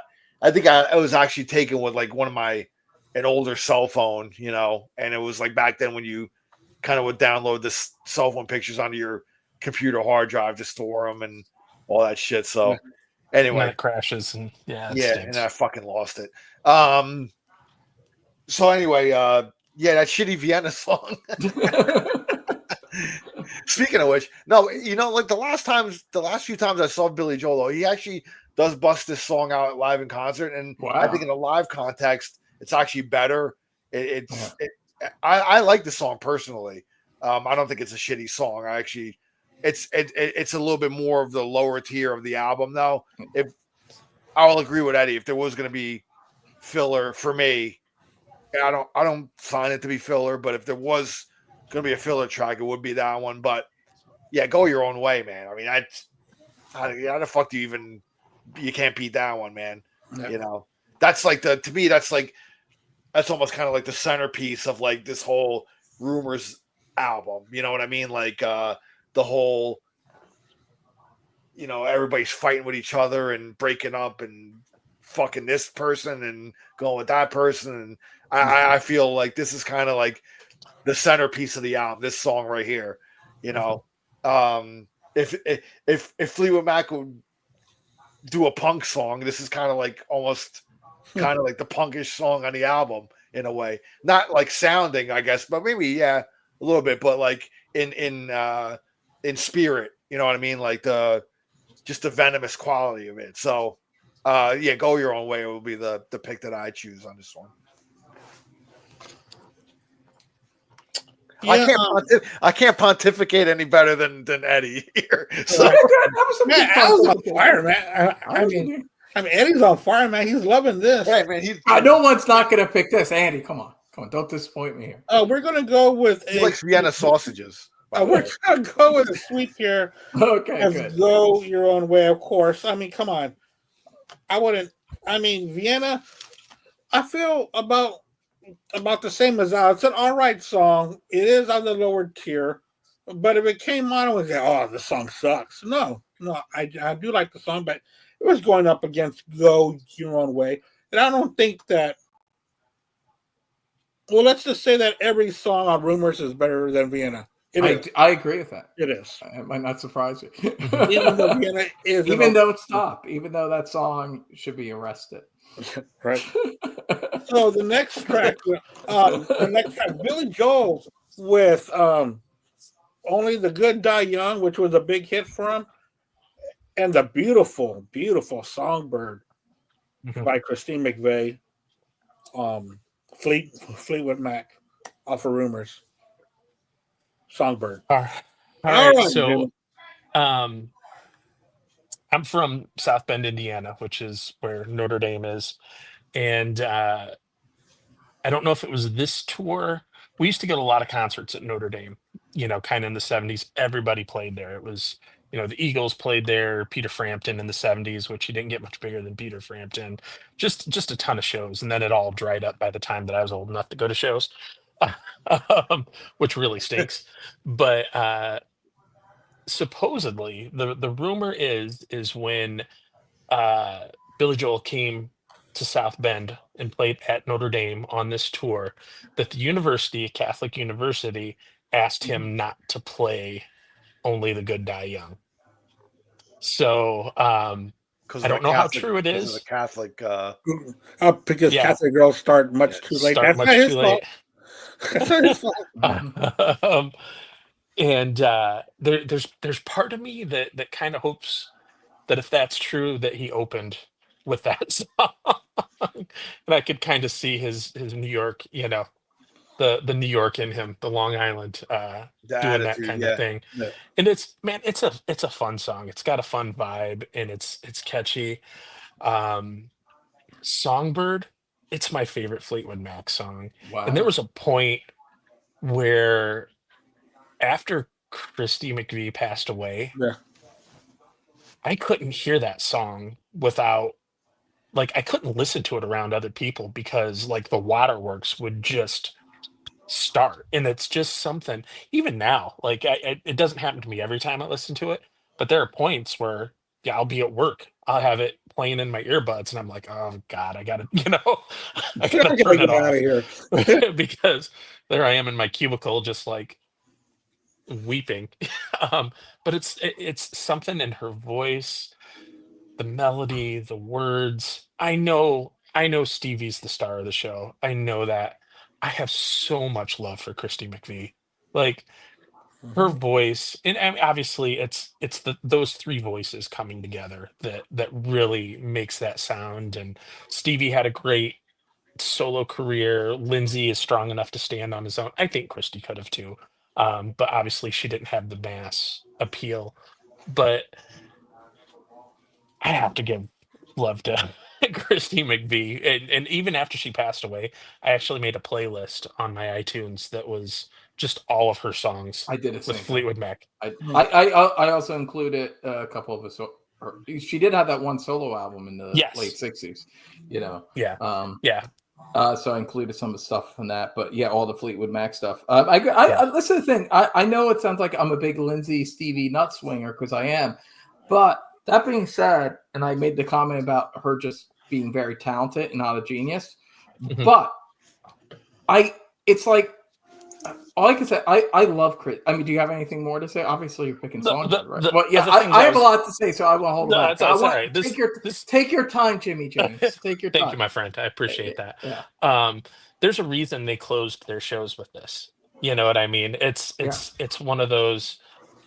It's just like this beautiful little cap on a set. And yeah, the other thing I was gonna say, uh, Waylon Jennings. They just released a version of this probably 3 4 months ago, of a recording of Waylon Jennings doing this, Yeah. that his son kind of going through the archives found.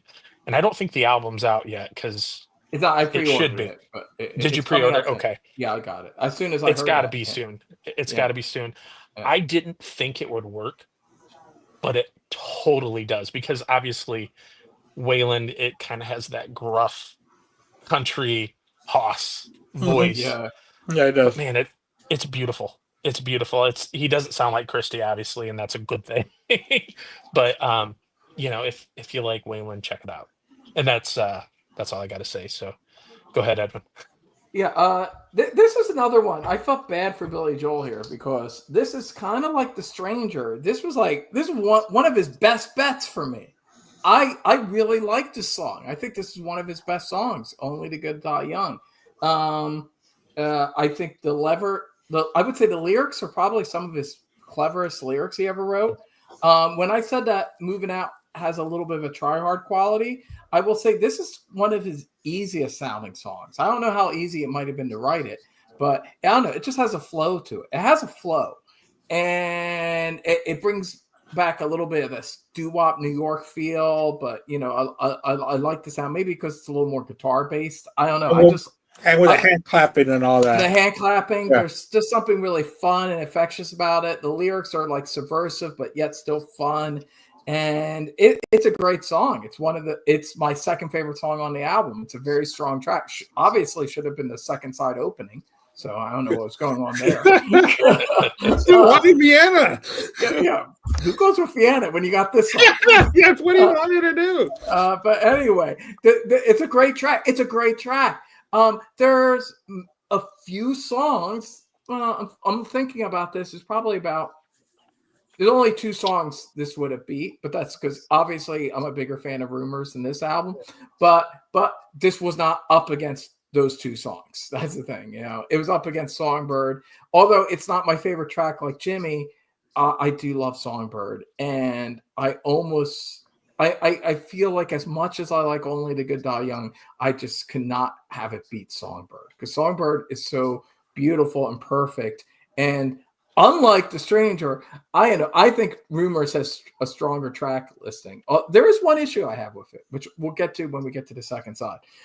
One area where I felt there was a ball drop in terms of a track that I think should have been on the album versus another track that I think is really good, but kind of B-side material, in my opinion. But with this, yeah, it can't beat Songbird. It just can't. Songbird is so emotional. It's perfect. It's kind of like what Lindsey Buckingham's like Never Going Back Again is, but for Christine, because this is just her. It's just her and a piano, and it shows you everything she can do, the emotion she could evoke. I'm a huge fan of Christine. Is it McVie or is it McVie? I always said McVie. I always say McVie. We'll say McVie then. Okay. I don't listen. I was very sad when she passed. I'm a big fan. And when I said that she's very talented but not a genius, again, to me, genius is a word that gets thrown around a lot. And I don't think there's anything wrong with just being really, really talented. I think Billy Joel's really, really talented. I think Elton John's very, very talented. I think Christine McVie is on their level. Like, that's how talented I think she is. I think she's as good as Elton John and Billy Joel. I think she's as good as George Harrison, who I think is very, very talented. Genius to me is like very, very talented plus. Like, there's just this little extra element that pushes you over the edge. And it usually has nothing to do with technique or ability. It's just that it's like you're really, really talented, plus you're kind of psychotic. And it gives you a little bit of an edge. That's all I'm saying. If you know what I'm kind of getting at. Yeah. Kurt Cobain's, the John Lennon's, like there's even Paul McCartney. He hides the fact that he's a psycho. He's a fucking psycho. There's a psycho. No, who else makes everyone play fucking Maxwell's Silver Hammer? He's like Patrick Bateman. He's a psycho. Billy Joel would not do that. He wouldn't even write a song like Maxwell's Silver Hammer. And he would not be so crazy that he would make people play it again and again and again, because he's like a nice guy. He'd be like, okay, I get it. It's a weird song. Stop playing it. He would stop after 3 or 4 takes. He'd be like, What am I doing? I'm Billy Joel. I'm a nice guy. I'm not going to do that. Paul McCartney's like, no, they have to get it right. He's insane. He's fucking insane. But that's why let's go get a hammer and an anvil. Yeah, but that's what makes him a genius. That's why he goes, hey, Jude should be fucking 9 minutes long, and half of it's us going na for 4 minutes. Because that's what a genius does. Billy Joel would say, the na should just be like 1 minute, an outro. It goes out fast, Hey, Paul McCartney goes, no, they go on for 5 minutes. It's insane. It's insane. But that's what makes it a little bit better. Yeah. And that's the thing. I love Christine. But ultimately, she sounds like a really nice lady who is really great at her craft, can evoke beautiful feelings with her music. But I'm not getting the same kind of personal drama that I get from Lindsey and Stevie. I'm not getting the madness. Like, even you got subtlety with her. Like she was in a relationship with Dennis Wilson, who I'm a big fan of, who does have the craziness. Actually, he was kind of the opposite. He wasn't quite as talented as some of the people I said, although talented, but he had the madness. So that gave him a little bit of genius. I mean, obviously, when you talked about that, I immediately thought of Brian Wilson. When you talked about Brian, Brian's a genius because he has both. Right. He's got the talent and he's crazy. Yeah, yeah. Brian Wilson's insane. So I would say he's insane, and he has the talent and the genius. Dennis is kind of like undeveloped, but he's kind of got some genius. And Carl's very talented, but not a genius. That's my favorite voice, though. Beautiful voice, beautiful voice. So anyway, But right, so I get what you're saying. yeah. So and that's kind of how I feel about George Harrison with Lennon McCartney. Very talented guy, George Harrison. I think actually very underrated, very talented. And I love All Things Must Pass, and I think he's very talented. But I always kind of feel like Christine's like in that role. But the thing about Christine is, even before Lindsay and Stevie joined the band, there was like about 4 or 5 albums where she's in the band. And you can kind of hear they're halfway there with Christine. Like, she is helping. She's a really great popsmith. She's a great songwriter. She's getting them kind of to what Fleetwood, like, they kind of simplify. People kind of go from Peter Green to Lindsay and Stevie. Like, that's the narrative of Fleetwood Mac. There's that whole Bob Welch period. That that they just kind of ignore. Yeah. And it's not only a detriment to Bob Welch, but it's a detriment to Christine, because she was really writing all their standout, like, catchy songs in that period. And there were a lot of great songs that would have fit just as well on any of these Buckingham Nicks era albums. Amazing song I love called "Prove Your Love" on the album right prior to the one Lindsay and Stevie joined. The self-title has Stevie and Lindsay. Yeah, that's What's the one before? No, it's not Bare Trees, right? No, it's the Heroes one. Heroes, yes. Heroes are hard to find. Heroes are hard to find. Great album. Bare Trees is great too. They're all great. That period's a really good period. I like it. Mystery to Me, Mystery to Me, but she's got some good songs on it. There's some good tracks on it. It's not quite on the level, I think, of the Buckingham Nicks era albums, but there's a lot of good stuff on it. And Christine is already Christine. Like, one thing I take issue with Mark Allen Taylor. If you're watching this, Mark, I love you. But listen, as much as I love Lindsey Buckingham, and I agree with a lot of the things that Mark says about Lindsey Buckingham, he does have this kind of like Uber, it's all Lindsey kind of mindset. Like, he's the genius behind everything. And I think it's not quite giving not only the great rhythm section of Fleetwood Mac credit, but also Stevie and Christine as songwriters. And Christine, like, she was writing songs that sounded like ready-made great pop hits even before Lindsey got involved in the band. Yes, he took them to another level, but Christine was already like a really developed great songwriter and singer. And there's a reason why he started writing songs with her. He's like, oh, she's like on my level. She was a great talent. She wrote a lot of their big hits as well. You got Little Lies and another song we'll be getting to on this. And, she's an amazing songwriter. I love her voice, kind of perfect third voice, the way their voices all blend together. And I'm a very big fan of hers. I was very sad when she died. This was a song like Jimmy. I couldn't even listen to this for a couple weeks. It was like kind of like Ralph said he couldn't listen to Black Sabbath for like a week or two. I could listen to some Christine, but I couldn't listen to Songbird. Not for a couple weeks. But then I did, and it's a beautiful song. It's amazing. I mean, this is an amazing collection of individuals, and all from different, like 3 of them are from England, 2 are from, from America. It's a beautiful thing. And also, finally, I just want to say that Waylon Jennings version is really good. The thing too is they're using the musicians from the 70s albums. Right. Like that's I think adds an element to it as well. Yeah. So it's like some old acoustic guitar demo that they got with Waylon singing over it, but they bring his band, the drummer, the bassist, the steel guitarist from his classic 70s albums. And it sounds great. It sounds like that could have been on like one of his albums from the 70s. And it could have been on Dream in My Dreams. Like, it could have fit right in with that. Yeah, it totally could have fit on that. And I love how Waylon sings a ballad. My Memories of You and I, like, it's like one of my favorite songs of all time. And I love And Dream in My Dreams and all that stuff. He sings about it. It moves me in a very deep way. And it hit me at a very emotional moment too. The week where I heard that Waylon version of Songbird, all I can say is some dramatic stuff was happening in my life. And this song dropped, and it was like wailing. And then I saw it. I said, Waylon singing Songbird. It's like, hold on. This is exactly what I might need. Right. totally delivered. It's like, it's beautiful. It's beautiful. I can't say it's more beautiful than the Christine version, but it's in some ways it's better because like I feel like I could listen to the Waylon one more, if you know what I Okay, mean. yeah. It's Yeah. fresh. Yeah, It's fresh. Yeah, it shows that it is available on Apple already. It's beautiful. It's beautiful. But I'm gonna yeah, check that out amazing after song. Amazing. This is one final thing I will say about Songbird. This shows it's like with the Beatles.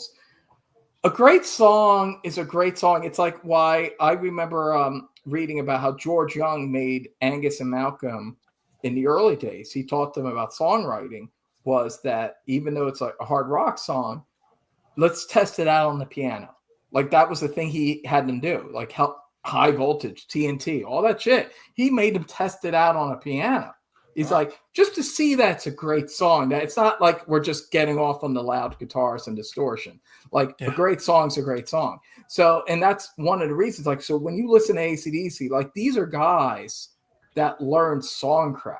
Like they learned that's like it's more than just the heaviness.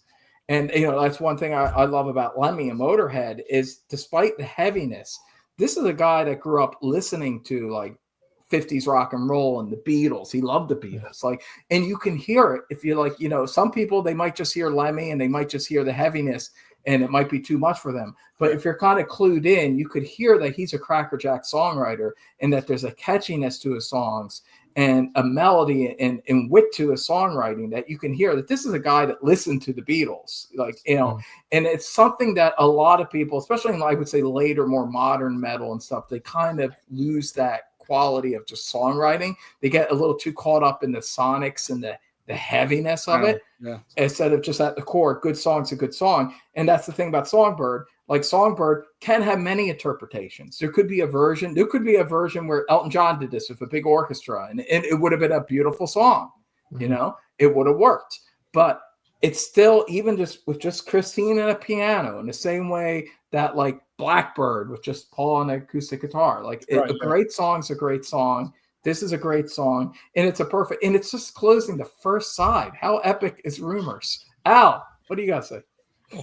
Well, after that War and Peace length explanation that we got here from Edwin, I haven't podcast for a while. I know, man. I'm just joking.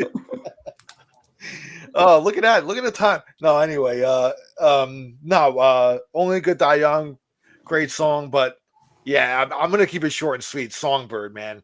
I mean, that song is it's so quintessential, Christine. So beautiful and to me, like, as good as Only Good Die Young, to me, it can't beat that, man. So I'll keep it short. Andy, take it away. Yeah, this is gonna be a clean sweep. Although I absolutely love Only the Good Die Young. I've been hearing that song for the longest time.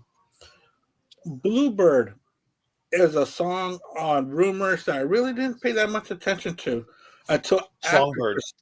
Huh? Songbird. Yeah, Bluebird from Band on the Run. But sorry. That's all right. Okay, sorry, Songbird. That's all right.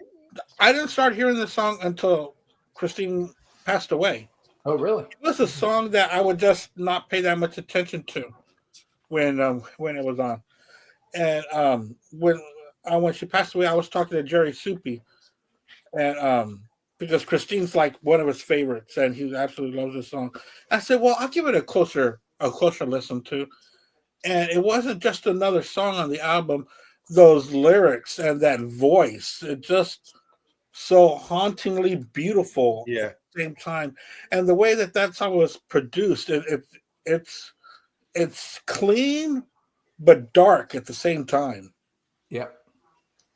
And that's what I caught from that. But Only the Good Die Young. It's fun with the hand clapping, the dancing, the storytelling, the coming of age kind of song. But the Songbird is just too strong. Just too strong. So that was a clean sweep. All right, guys. The next song, She's Always a Woman by Billy Joel against The Chain by Fleetwood Mac. Jimmy. All right. So this is kind of where The Stranger falls off a bit for me. Whereas I think Rumours like starts at a good point and then just ramps up. I feel like it crescendos so well, and this is no contest. I mean, the chain is those harmonies, like Yeah. that is so incredibly powerful, and it hits you like from the get go. And then we talked about some of the venom before. The song's got some venom too, and it just drips it through in the performance. And again, man, they just ramp up, and it's not even close for me. So that's my take, Eddie. Yeah, well, this obviously not gonna be a surprise. This did I say Vienna was the worst song on The Stranger? You You you did. did. Yeah, maybe this is. I don't know. This song's not that good either. This is The Stranger. After The Good Die Young, I mean, I'll just totally dives down. In my opinion, and so it's definitely for the most part, with the exception of one great song on the second side, it's definitely front loaded. And this is where I know you all said that Secondhand News was not a great opening, and I guess a lot of people would probably think Chain should be the opening. But this is the thing. This is the genius of the sequencing. That's like what Jimmy was saying. That's part of what makes it an album and what spreads things out. Like they take things out. Like the Chain becomes. I mean, kind of think about it. You listen to Songbird. It's piano, perfect little way to end. Mhm. Subtle, beautiful, haunting way to end the first disc. You flip the record over, and it's the fucking Chain. Like that's an album. That's like Beatles level sequencing, where there's a real wisdom to how this album is put together in the terms of the sequencing. It's like a great film. There's this is a great film. So a bad film, it's all about the first act and the third act, and then there's what they say in screenwriting, the second act slump. And the second act slump comes from lazy writing. It comes from writers that aren't geniuses because they just are building something off of a concept instead of a real story where it builds and builds and it crescendos. And in a great movie, like, you watch The Godfather Part 2, it's not like the middle's shitty, it's all great. There's peaks and valleys. There's moments, and that's Rumours. Rumours has moments like this is a meaty heart. I mean, you could say, Go Your Own Way is the heart of the album, but it's like, what? There's two fucking hearts on this album because the Chain's also the heart too. It's like they're both hearts. Like that just shows you how strong it is. Rumours is a really strong album, and it's an album. It's not just a collection of songs.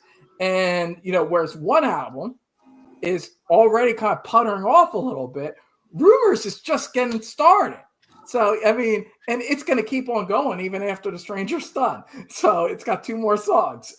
And one of them's, Gold Dust Fucking Woman. So anyway, I mean, this is why, as great as The Stranger is, and by great, I mean good in my opinion, but as good as The Stranger is, I mean, Rumours to me is just on another level as an album, as a work of art. And in The Chain, it's like every song in Rumours in one. This is the song. Like, this could be the title track. If it wasn't Rumours, it could be The Chain. And those 3-part harmonies, amazing. I mean, these are three of the strongest 3-part harmonies I've heard since, like, I would say it's comparable to the Beach Boys. Well, obviously they have more than just 3, but also the Beatles and the Jefferson Airplane. Like when you just hear the Bee Gees, also great. And it's amazing. I love the outro, the guitar solos, and this is like totally like even like proto grunge. Like I always thought the song, the outro to Pearl Jam's always reminded me of The Chain. Like the way the bass comes in and then the guitar kicks in. Like you could tell like those guys grew up listening to shit like this and everything. These 5 people were so talented in this band, and it's all coming together with this. And when they did the reunion, this is what that MTV show, this is what they opened with. It was very powerful. Like in the mid 90s, it sounded like a contemporary song. Like this was competitive with like Hole and Alice in Chains and shit, like, you know, and it's all there. It's in this track. It's MTV was playing the shit out of that too. That concert. That's when I like rediscovered Fleetwood Mac, and I was listening to all that shit, and it was just like, yeah, this is amazing. It's one of the best songs on the album, and yeah, there's the Billy Joel song sucks, so there's not even a competition in my opinion. This is the most lopsided yet of all the battles. Obviously, the Chain is sweeping this one. Al, what do you think? I don't think in my opinion, I don't think Always a Woman to Me sucks. I love that song, actually. I love the crooning that he does on there, and you know, it's just basically him and the piano, really kind of bare bones. Kind of just strips away kind of all the gloss on the album to just him and the piano, really. That being said, I mean, how is it going to beat the Chain? It can't, you know. There's no possible way. This is another centerpiece of this album. If you can actually say this album has a couple centerpieces, this is the other one. Yeah, Venomous, and just again, if it was, it's about as close as punk as, like, you know, fucking Fleetwood Mac would get. I think, you know, maybe punk even rubbed off a little bit on them with this album, because I mean, punk was already kind of coming into prominence when this album was released. You know, I think there's some punk in a Tusk, like a song, I think the Ledge to me. I think Tusk is a little more punkish, is more punkish. That's really where punk kind of rubbed off on Lindsay on that album, yeah. But I think it kind of started here though a little bit, you know, kind of, you know, just the vibe, just the atmosphere of it, you know what I mean? So anyway, yeah, the Chain rules, you know. One of the best songs ever. I love it. So I'm picking that one. I can't, as much as I do like Always a Woman to Me, I can't pick this over that. So I can. Oh, really? I absolutely love She's Always a Woman. Well, I did not see that coming. I thought the Chain was going to be sweet. Well, I respect you for being your own person, Andy. Lone Wolf. Oh! Lone Wolf. So yeah, She's Always a Woman. To me, is a beautiful song. I love the songwriting. The Chain is a good song too, but I've always liked She's Always a Woman. For the longest time, it's one of those. I love that song too. When I was going through the songs, I wasn't going to pick both She's Always a Woman and Just the Way You Are, even though I love them both. I said, okay, I got to pick one. I can't pick them both. So I went with She's Always a Woman to Me. Yeah. Always a Woman to Me. All right, next track. Get It Right the Next Time by Billy Joel, and You Make Loving Fun by Fleetwood Mac. Jimmy.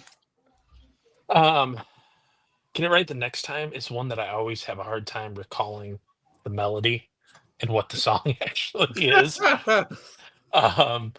And You Make Loving Fun is one of the first songs I think of when I think of Fleetwood Mac. And check out the Rumours live that they put out a few years ago. Phenomenal. If you haven't listened to it, it's so worth it. And actually now I'm thinking of the Billy Joel song. It's not a bad song. I don't mind it, but it's not the most memorable song. Whereas You Make Lovin' Fun, you know, they opened their set on the Rumours live record. I don't know if that's what they did with the tour, but it's a good opener for a live set, and a lot of energy, super catchy. Again, I've already, you know, professed how much I love Christy McVie, so I got to give love to her tracks. So I'm choosing You Make Lovin' Fun. All right. Well, yeah, this probably won't be too much of a surprise. Okay, so Get It Right. The first time, I don't hate it. It's all right. Filler track. Like I said, supposedly this guy's greatest album. I don't know. He's got some filler tracks. Just saying. just saying. But it's all right little tune. Kind of forgettable. You know, chorus is all right. I guess it's all right. He's I take it back when I said that Christine McVie was on his level. She's actually better than Billy Joel. Yeah. So I take that back. Sorry, Christine. I'm sorry I said you were on the level of Billy Joel. You actually are obviously better than him. Anyway, because this song, God, blows away. It's better than any song. It's better than any song on The Stranger, in my opinion. It's great. And it's like, I don't know, like the 5th best song on Rumours. So how great is Rumours? But anyway, this song is great. I love it. The electric, you talk about electric piano. All right. Yeah. On that song about the stupid girlfriend of his, Billy Joel. It's Simpleton nice. song. Yeah, the Simpleton song. It's in parentheses, Simpleton song. He's playing his nice little, Fender Rhodes. It's nice. It's nice. Fucking Christine gets the Fender Rhodes and she's like, dun, dun, dun, dun, dun, dun, dun, dun. She's getting down. She's getting funky. She's both sides of Raymond Sayers, she's not just the nice little side. She's also the playing it like it's a rhythm guitar side, She's getting into it. And it's a great hook. It's a great song. It becomes wistful and beautiful in the chorus. This is one I remember hearing a lot when I was growing up. It was on the radio a lot. My mom used to love this song and played this a lot. I would say this and Dreams were the 2 songs that I definitely heard my mom play the most. And it's an amazing song.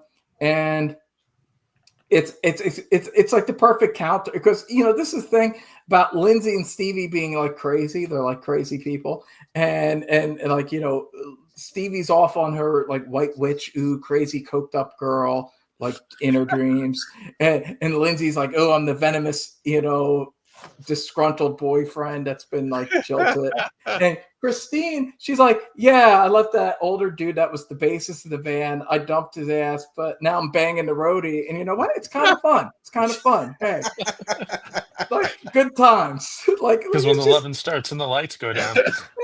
Yeah, she's just an easygoing lady, and she's not as caught up. She's not as caught up in the drama. She's all like, whatever. Shit happens. I'll go find my peace. It's in a way, it's like the perfect. I used to make the joke that I said George Harrison. It was like Derek Smalls and Black's in Spinal Tap. He's the lukewarm water that brings the fire and ice together. But seriously, that's an important role in a band like that. It's like Jeff Pilson and Dokken. Like you need that kind of third person who's like just a sensible human being in a band where there's an ice and fire person. You know what I mean? Yeah. And you're John Paul Jones. Yeah. Well, yeah, actually John Paul Jones was like that to 3 fire people, Yeah. So yeah. And Christine, like on one side, like she's not the star. She's not like beautiful like Stevie. She doesn't have that charisma that Lindsay and Stevie have as performers and not the same fire, but she is the perfect person to be the thing that measures them out, to even them out.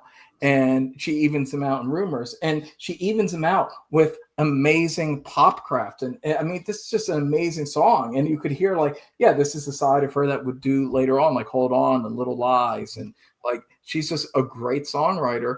And it's just it just has that cool late 70s vibe to it, which I love. That vibe where you feel like you walk into a smoky bar in the late 70s. And I don't know, it just has a Italian restaurant.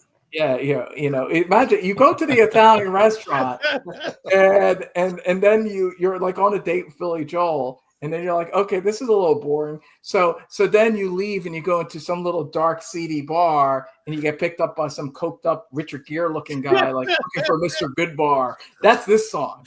It's like, and then you're gonna have really good sex. And that's the vibe. This is a song that sounds like, yeah, it's gonna lead to good sex. And Billy, let me tell you about my story. Let me tell you a story about my trip to Vienna. It's like, oh, this guy, will he ever stop? This guy can't. I just want to bang the dumb roadie guy that can have sex for like 2 hours.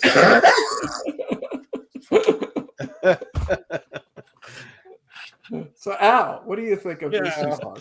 I don't know, Paul. What do you think? Let me tell you something, people. You make loving fun. It goes great with vodka and orange juice. Yeah, you gotta make it's gotta be you make love and fun, man. It's gotta be. I love that Christine song too. It's great. You're right about like the stranger, man. Like you kind of convinced me. It kind of starts petering out at the end. Like I guess there is some filler on this after all. You know, I still love the whole album though. But anyway, like you know, Rumors is just such a juggernaut though.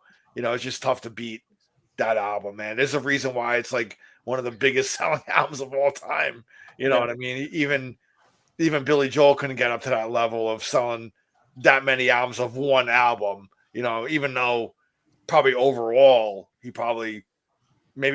may have sold more than the whole Fleetwood Mac catalog, but I don't know. I'd have to look at the numbers, but that's not really important anyway. The quality of the album is just tough to beat. So, I mean, I got to go with Fleetwood Mac on this one. So Fleetwood Mac for me. Christine McVie, man, hits another one out of the park. And you're spot on about her, man. I mean, she's just that perfect cog in that group. I mean, it was like when Lindsay and Stevie came in, and it just kind of solidified the real fucking ultra magnetic magic that just kind of all five of them just gelled so well. Even though they were in their personal life, it was all fucked up. Yeah. But you know, it's always that classic saying, you know, tension brings out the best in music, man. You know what I mean? So this is if there's one album that kind of is a testament to that, man, this one is it. You know what I mean? So I'm going with Fleetwood Mac. Go ahead, Andy. Well, it's going to be a sweep because I'm going to go with You Make Loving Fun. But, fun fact, there could have been 4 sweeps in a row here if I would have gone with She's Always a Woman. There would have been 4 songs in a row that just swept. Might be five here in a minute. The last track we're going to talk about is going to be Everybody Has a Dream by Billy Joel and I Don't Want to Know by Fleetwood Mac. I know there's a couple of tracks after this on Rumours, but there's not on The Stranger, so we cut it short. But we will talk about those other songs, and also a song that did not make the album, that if it was on the album, it would have made this album Rumours even better. I agree. So so we'll talk about those briefly. But come on, the last song, Everybody Has a Dream against I Don't Want to Know. All right, Jimmy. It's not close. I don't want to know. I'm going with a steady Fleetwood Mac right at the end. It just this side too is phenomenal. Yeah. Again, it's that whole, and you may have sold me on the sequencing of the record, Edwin. I think again, it just like I said, it continues to build. Like it does not let up. Secondhand News is not one of my favorite songs. I like the song. Don't get me wrong. I don't mean to make it sound like I don't like it, but compared to what else is on it, I don't think it's as strong. But and that's fine because it just builds, and it's I can't choose anything but Fleetwood Mac. So this thing I Don't Want to Know. I love it. I love this song. It's actually, I would say, I love. This is the thing. I personally would drop, for me, in the ultimate Edwin album of Rumours, I would drop Don't Stop for Silver Strings. But realistically, Don't Stop's a hit song. I mean, I know this. I'm saying if I was like cigar smoking, record label mogul guy, I would no, Don't Stop's got to be on it. That's a hit. I would pick this song. I would drop this song. Like if I was the cigar smoking guy, I'd go, this song's the weakest track. and put Silver Springs. Silver Springs, it's insane that that's not on this album. It's amazing. And it's like, hey, it's that chick that did Dreams. Don't you want her doing another song like that on this album? I mean, that's ultimately maybe why they decided not to do it, because they thought like, what, 2 Stevie kind of ballads? But yeah, fucking 2 Stevie ballads. Why not? Yeah. She's in her prime, she's writing great songs. So so there's 2 sides of me about what songs should go for Silver Springs, because they couldn't fit it in. But this is the thing. Like, Rumours is an album where you gotta potentially drop a really great song to just fit an even better song on. Whereas the Stranger is already like, hey, I showed you everything I got. Now I'm showing you some mediocre songs.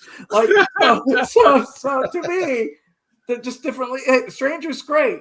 Well, no, again, not great. It's good. It's a good album. It's got some great songs. Yeah, you stressed that tonight. Yeah. But it's already running on vapors. I mean, Everybody Has a Dream. Wait, what song did I say was the worst? Vienna. She's always a woman. Actually, She's Always a Woman. You know what? I'm gonna give it to you, Andy. I was a little hard on it. It's a nice song. Yeah. And I'm going with this song's the worst. This song's the worst song on it. It's got these stupid flutes and it's kind of disco-y, but not really catchy in that way that My Way is on the next album. I don't know. I don't like it. It's all right. But and this is the thing too. I just want to bring up, I know technically we're comparing this to I Don't Want to Know, which by the way, I think it's better in this, so that wins. So yeah, I'm with Jimmy James. I Don't Want to Know. Well, one of the lower tier songs on Rumours is still owning this fucking song. But that it's a catchy little fun ditty, and I love the harmonies on it, and it's a cool song. But this song, Everybody Has a Dream, it's the last track. So I just feel like we do need to bring up the last track here, because in terms of a fair comparison, in terms of what an album statement is, I'm just saying, as an album statement, you see where I'm going with this. Oh, yeah. Rumours ends with Gold Dust Woman. All right? You see what I'm getting at here? Yeah. This album ends with Everybody Has a Dream, a song that people would need to look at Wikipedia to remember what it was. So I just think that's an album. An album ends with Gold Dust Woman. Hey, I'm kind of halfway there and I got some songs. I'm going to fill this up. Everybody Has a Dream? Like, that's how you get. And it started off strong. Believe me, an album that begins with the Anthony song, in parentheses, Moving Out, should end with something stronger. It should end with, if any, Italian restaurant maybe scenes should have been the. That could have been a good closer. That might have been a good epic closing. It's just like, you put a little more thought into this, Billy Joel. That's all I'm saying. Put a little more thought. Didn't you know when you were making this album that was the greatest album of your career? Put a little more thought into it. All right. Fleetwood Mac, they put thought into it. They're like, yeah, we know this is the biggest thing we'll ever do. And we're going to make sure it ends with a fucking banger like Gold Dust Woman. Just saying. They put thought into it. So that's all I got to say. All right. Al, what do you got to say? Jesus Christ, dude. Well, I mean, you're right, man. It just goes to show you how important sequencing of an album is, man. Yes. And now, like, looking, going through these 2 albums, and I think the sequencing on The Stranger was a bit weak. To be honest with you, man, you're correct on this notion here. No one picked a song off of side 2 but me. Yeah, this is the truth, man. Yeah, I gotta go. I Don't Want to Know. I mean, that's no brainer there. Yeah, the whole ending with Gold Dust Woman. If we're gonna talk about ending of the albums, fucking that blows away fucking the Billy Joel album, man. You know what I mean? It's Gold Dust Woman is such a banger, man. It's unbelievable. Yeah, dude, I'm. It's like overall, the Rumours just blows The Stranger away. If we're gonna be honest. There you go. I just science. So science is on my If we're gonna be honest here, no bullshit. I got the proof right here. Yeah. Even Paul has his hand up higher for Rumours than he does. He's kind of like, like this. You know what I mean? So, Paul, what do you think, Star Child? Rumours. Tell you something, people. I like sex and I like cocaine and I like having sex with men. I mean women. Hey. Look at my, I feel chest. like Paul Look at my chest hair, secretly, people. but My Paul chest secretly hair. just wants Billy Joel to take him to a little Italian You ever seen restaurant. her curly hair like that? Andy, take it away, brother. Yeah. I'm going to close this out with Fleetwood Mac. I don't want to know. Even though everybody has a dream, I really like the the gospel feel of it. I thought it was pretty cool. But of course, it's not going to beat this one. I really like the I don't want to know. I really like the pop rock of it, you know, and the bounciness of it at the same time. It's really good. And Silver Springs is my favorite Fleetwood Mac song. I've got it on a 45. I think side one was "Go Your Own Way." Yep, it was the And the B-side for Go Your Own Way. And what an answer! It's a perfect 45, Yeah. where one of them says something, you flip it, and it's answered with Silver Springs. Yeah. Silver Springs, I get with Silver Springs the way that Jimmy gets on Songbird. Sometimes I cry when I hear the song. I do Because too. of the emotions, Yeah. and because when they're when it feels like she's singing at him and he's taking it and he just keeps on playing. It's just of course we see this scene during the dance. They actually look at each other and they sing it, and it's amazing. And that's like the song became like a hit in the 90s because when I first heard that song, I thought it was new, and then when I heard that it was left off, I was like, how can this song be left off an album? I mean, that's insane. This has to be one of the greatest songs not put on an album. Like I agree. It was definitely it's like I said, the only thing I could say about Rumours is that Silver Springs should have been on it. But you know, it's not like there was any bad songs, but it's just Silver Springs is up there. I wouldn't say it's my favorite like you, but it's like top 3. It definitely be a top 5 for me. There's no question. I do love it, and it's a very moving song. I've been choked up listening to it. It is these days usually included as like a bonus track, you know. It is. And I have it on my digital version of Rumours, you know. Right. Although I gotta say, there is a version, and I'm thinking of resequencing because I had one version that has Silver Springs at the end. But there was a later version where they put it in the middle, and I think they did that because they wanted to preserve Gold Dust Woman as the ending. I would put it in the middle. Yeah, I think that's better. I think I'm going to resequence it because I really think it should end with Gold Dust Woman, and Silver Springs probably does work better in the center somewhere. And with Gold Dust Woman, it ends with Stevie still giving you that mystique. Yeah, Gold Dust Woman is the perfect ending. It has to be the ending. So I think that they were right. And it just shows you, even in terms of remaster, they're putting thought into this.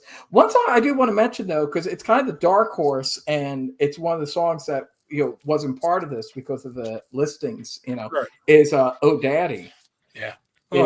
Is a great song. To me, that's a really dark hidden gem. And it's almost, it's a dark reflection of Sugar Daddy, which she had on the prior album, which was a fun song. I feel they're both about John McVie. And it's like one song's like when she's still having fun with him and you know, my sugar daddy, it's great. And now it's like, oh daddy ain't working. You know, and it's like that's not my kind of thing anymore. It's not working for me. I want to fuck this like hot young roadie that has sex with me for like 3 hours. But anyway, it's a dark, meaty song, and it's like, you know, it's a really good song, and it's especially it's definitely it's not one of the standout tracks, but it's one of those songs, if you isolate it, it's like a song if it comes up on a shuffle or something, you just hear it by itself, you're like, god damn, that's a really great song. So I mean, definitely if you haven't listened to Oh Daddy in a while, that it's a great second to last track. It's a great way to set up Gold Dust Woman, you know. And Gold Dust Woman that's my favorite song on the album. So Gold Dust Woman is one of my favorite songs of all time.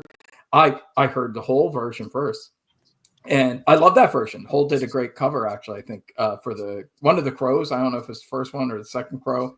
It was one of the Crow movies. What version? The whole, Hole, Courtney Love. Yeah. I don't know which Crow movie that was from, if it was the first one or the second one, but it was on one of the Crow soundtracks. And it's a great cover. It's a really good cover. But then I went back and heard the Fleetwood Mac version. It was like, oh wow, even the original is even better. It's amazing. Yeah, it is. And you've ever, like, in this the way it is live, like that great live Rumours album. I got that on vinyl, by the way, Jimmy James. You got it on vinyl? Yeah, no, just digital. Get the vinyl. It sounds great. Okay. And the Rumours songs are even better live, because they're like more unhinged and even more passionate. And if you've ever, there's like one clip of Fleetwood Mac doing Gold Dust Woman live in Japan, like in 77 or 78, like on the Rumours tour. This is like it's like so heavy. It's like totally foreshadowing 90s alternative rock and grunge. And the way they rock it out at the end, and the way so magnetic that Stevie is, and it's amazing. It's like one of the greatest clips. If you can see this clip, it's amazing. And Rihanna was another one that they really rocked out a lot live. That was really great. But Gold Dust Woman's another thing. And then in her solo career, she like opened up her shows, like the Belladonna tour, the White Winged Dove tour, which is amazing too, which you could also see on YouTube. She opens the shows with it, and it's such a majestic, powerful song. And I love like cocaine music. I love music that's like written by artists on cocaine and brought to you by cocaine. Yeah. And like that's why I love Tusk. It's my favorite Fleetwood Mac album. This album was sponsored by cocaine.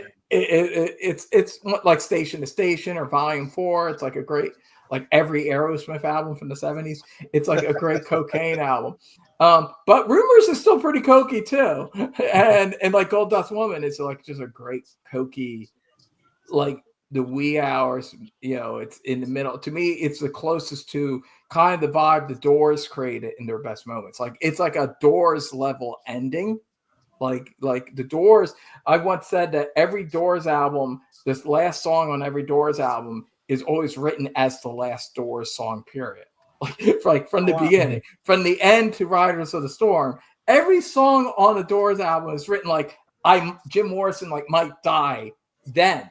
Like he's planning to die in 1967. There might not be another album after. Yeah, this might be the big finale. And it's I'm still alive. Okay, let's do another big finale. Yeah. Okay, 5-1. Okay, I'll do another one. And then like Unknown Soldier. That's, There's always some big. There's always some big finale. And like Gold Dust Woman would be like a perfect song if Stevie Nicks died the following year. It's like it's that powerful. It's that good. It's an amazing song. And Rumours is so great that it kept on having great songs while The Stranger was done. Like, Billy Joel's off to the Italian restaurant with his basic girl. And Fleetwood Mac is still putting their heart into this thing. They're still making great music. By the way, the whole version of Gold Dust Woman is on the second Crow sound, City of Angels soundtrack, the second. Oh, there you go. It's the second one. I never saw that. I looked it up. It's the opening track on. It's a great video. And I like it. It was a cool video. Courtney Love, actually, I thought it was sexiest she ever looked in a video. She had like dark brown hair. She was dyed brown hair. She looked great in it. And it's a great cover. It's a great cover. Yeah, let's do a good job of it. You're right. So I know like she gets a lot of hate from people, but I'm a whole fan. I love not for me. Live Through This is one of my favorite too, man. 90s. That's a good album. I really like Celebrity Skin as well. So I think she's kind of unjustly, because of all the drama and what happened with Kurt Cobain and stup like that. Yeah. She killed him or not, one way or the other. I don't know. They're still great albums. And Kurt Cobain was a crazy junkie that was buying guns and acting like a fucking nut job. So whether or not, he did it himself or she hired someone that did it, I mean, whatever. It's all just fucked up junkie shit. Who gives a shit? It's rock and roll. She put out some good records. That's my, I mean, really, do you care? Do you really care how some junkie killed another junkie? I just want to hear the fucking good rock and roll songs. That's awesome. All right, guys. Thanks a lot for joining us, Jimmy. And Eddie, it's been fun. Eddie, it was great talking to you, man. It's been a while, so it's nice having you today. Yeah, sorry guys, I didn't mean to go so crazy on this, but it's been a long time, and I had Dude, a you're lot to say. passionate about the album, bro. It's Yeah. fine, man. Yeah, It's all great. good, man.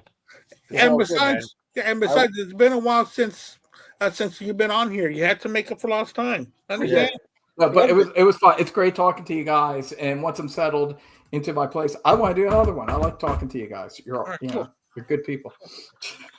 Thank you so much. So, Jimmy, what do you got going on? Just trying to make it. That's all. Yeah, That's about it. Yeah. Yeah, I hear So you. yeah, And Al, I what's appreciate going you on? guys having me on. So thank you. It's always a blast. I appreciate Oh you yeah, guys. man. Thanks a lot, Jimmy. I was just thinking about this while you were talking about about one of the songs. I was just thinking to myself, I thought, man, I'm really glad that Jimmy is a big part of our show because you've been on here several times, and it's always Thank fun you. to have you on here. You're very Thank you. I passionate, appreciate it. and your knowledge is great. Your knowledge and heart into music is great. We Oh, really thank enjoy you. it.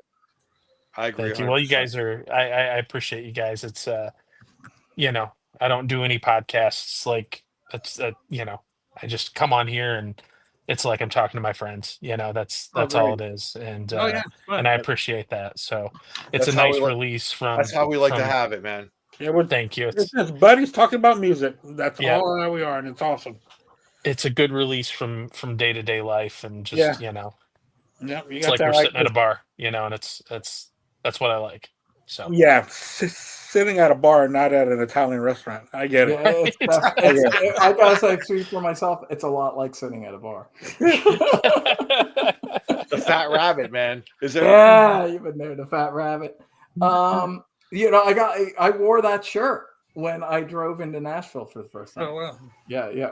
Al's such a class act for several reasons that he knows. Oh, thank you, man. But he treated me to the last dinner there. He bought me a shirt for the Fat Rabbit. This guy got me into so many free shows. He's the fucking man. Al, he's fucking salt of the earth. So is Jimmy James, by the way. Just gotta say, you're competing for salt of the earth, top dog here. Jimmy James sent me, like, during the pandemic, he's sending me like obscure Bee Gees records and stuff. Like he's a class act too. Jimmy is salt. I'm sodium. You know what I mean? So And so's Andy. You're all great. You're great human beings. You're my brothers. This is a brotherhood. thank you, man. Yeah, Appreciate it. thank you so much, Amen. Eddie. Yeah. And Al, what's going on with you? You got any shows this week?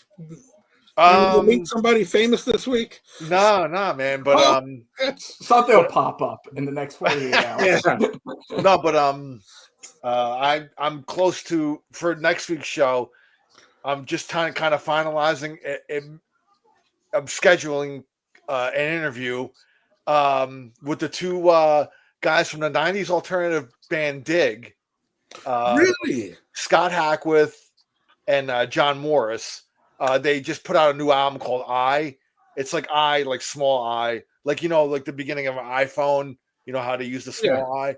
That's the name of their new album. They just put it out. It's only available digitally, but I was talking to John, and they're eventually going to put out a vinyl version of the album. I'm just kind of putting the last few touches on if their schedule could meet ours. I told them that we can kind of work around their schedule if we need to, but I want to have both of them on because they're the two original and the long-standing members of the band. Everybody else in the band is not from the original '90s lineup, but those two. But these two are the important group. I'm not saying the other guys aren't important in the band, but these are the songwriters and the main guys. And I asked John to come on. He's kind of finalizing it with Scott, so both of them could come on. Scott is the leader and singer and main songwriter of the band. So I want to have him on too because he produced a Ramones album called Acid Eaters, which was like their covers album. So I kind of want to talk to him about that. It'd be kind of cool to have both of them on because Dig is like one of the kind of like unsung kind of alternative bands of the '90s. They had that first album I recommend it to anybody. I think it's one of the best albums of that era. we actually remember we reviewed that album years ago. Yeah, I kind of turned on people. I kind of like to turn on people to that album because it's kind of flew under the radar. They had a minor MTV hit with "Believe." It was a single and a video, but they just kind of never really went to that next level like a lot of the other alternative bands did. But I think they deserve to be in the conversation. For anybody that's never heard that first album, go out and stream it, listen to it. I think it's fucking killer. So anyway, they might be on next week for interview. Awesome. If I can't get them on for next week, then I'll think of something else to do for the show. But they will be on a show. They will be on a show for an interview and a hang. So and I'm excited about that because I love this band. So very cool. Very cool. Yeah. If y'all haven't heard the band, dig their debut album that came out in '93. It is a fantastic album that has not been talked about at all or enough. Yeah. But if you hear it, you'll say, "Yeah, this is '93. This is what it was." Yeah, it's a great album. It really is. I like to turn people onto that album, man. If you never heard it, man, and you like, 90s alternative, it's right up your alley, bro. You'll be impressed by it, I think. Yeah, I've never actually listened to it before, but I'll check it out. It's on Spotify and stuff. I don't know if it is or not, but I know maybe on YouTube. It has to be on YouTube. It'll be the whole album. Yeah, you usually find stuff on YouTube. I'll definitely check it out. Yeah, for whatever reason, maybe when I hear that "Believe" song, like it'll click, like I'll remember it. But yeah, offhand, I don't recall them, so I'll have to check it out. But I love stuff, especially from the early '90s, like '93 was a great year of music. So MTV used to have this like little segment called Buzz Bin. Yeah, like bands that were creating a buzz or whatever, and that album, that song and video was in the Buzz Bin. And it actually during that year too, when I lived in, New Jersey or whatever, New York, there was a New York radio station that was playing a lot of contemporary, like New York. They were playing alternative and mixing it with classic rock and everything. It was really a good station. It was called Pure Rock. And it was like, I think on 103.5 or something in New York. Anyway, they were mixing that song got airplay. So it actually got some airplay in New York City. I probably heard it. I'm sure I heard that song because I was I was listening to the radio a lot. And the video's cool too. Very quintessential 90s style video. Grainy black and white shots intercut with the band performance. Yeah. I'll definitely check it out. It's like, so I'll definitely. But hopefully they'll be on next week, and I'll watch. And if not, they'll be on a future episode. So that's what I got. That album is available on Apple. I just checked. I just checked if it was still on there. So it is on Apple Music. Check it out. I don't know, Al, are you going to be on the BS sessions this Thursday? Yes, I am. 80s? Yeah. So Al and I will be on the BS sessions with Mark and Jerry, picking our top 11 bands of the 1980s, which is kind of tricky because we've been going through every decade and you can't name the same band twice. So... And we should also, and then we're also going to be on Rat Salad tomorrow. Are they going to? And we're going to also be on. I think he's going to do it a little later. I believe he's still going to go on with the show, like at 9:30 or something. Yeah. Okay, cool. So that is going to be. We're going to be talking about Van Halen 3, and Some Kind of Truth. Different kind of truth. Yeah. I should really bill them for making me listen to Van Halen 3. Jesus Christ. Different Kind of Truth is a great album, though, so it kind of makes up for it. Yeah, it's really good. And also catch me on craniumradio.com on Sundays from 11 Central to 2 p.m. Central, where I play my favorite songs from this room here from the Black Spinner Studios. This is about my 5th episode, so I'm really having a good time. Oh, nice. I'll have to listen. I this Sunday I might be busy moving, but the following Sunday I will definitely listen. Oh yeah, yeah. Hopefully I'll be on Sundays until I guess the day I die. I don't know. Yeah, so keep doing it. You got great music taste. You got the records. You actually spin your records, or do you use digital? I use all my CDs. I change all my CDs to MP3s. Okay. Okay. So Cool. that's what I use. But it is from your music collection, so that's what I like. As you can tell, all those CDs right there, I've been going through them and pulling Nice. stuff out and putting the work into it. yeah. Very So cool. I love doing it, and I need to get a little bit more comfortable because I've been a little shy behind the mic. Oh, really? Talking about the songs and that's something that I do here on video. And it's that's odd. You've been vidcasting for years now, Andy. Yeah. And I've been getting a little nervous behind the mic. So maybe you have to videotape yourself while you're doing it. I don't know. maybe you need to see yourself.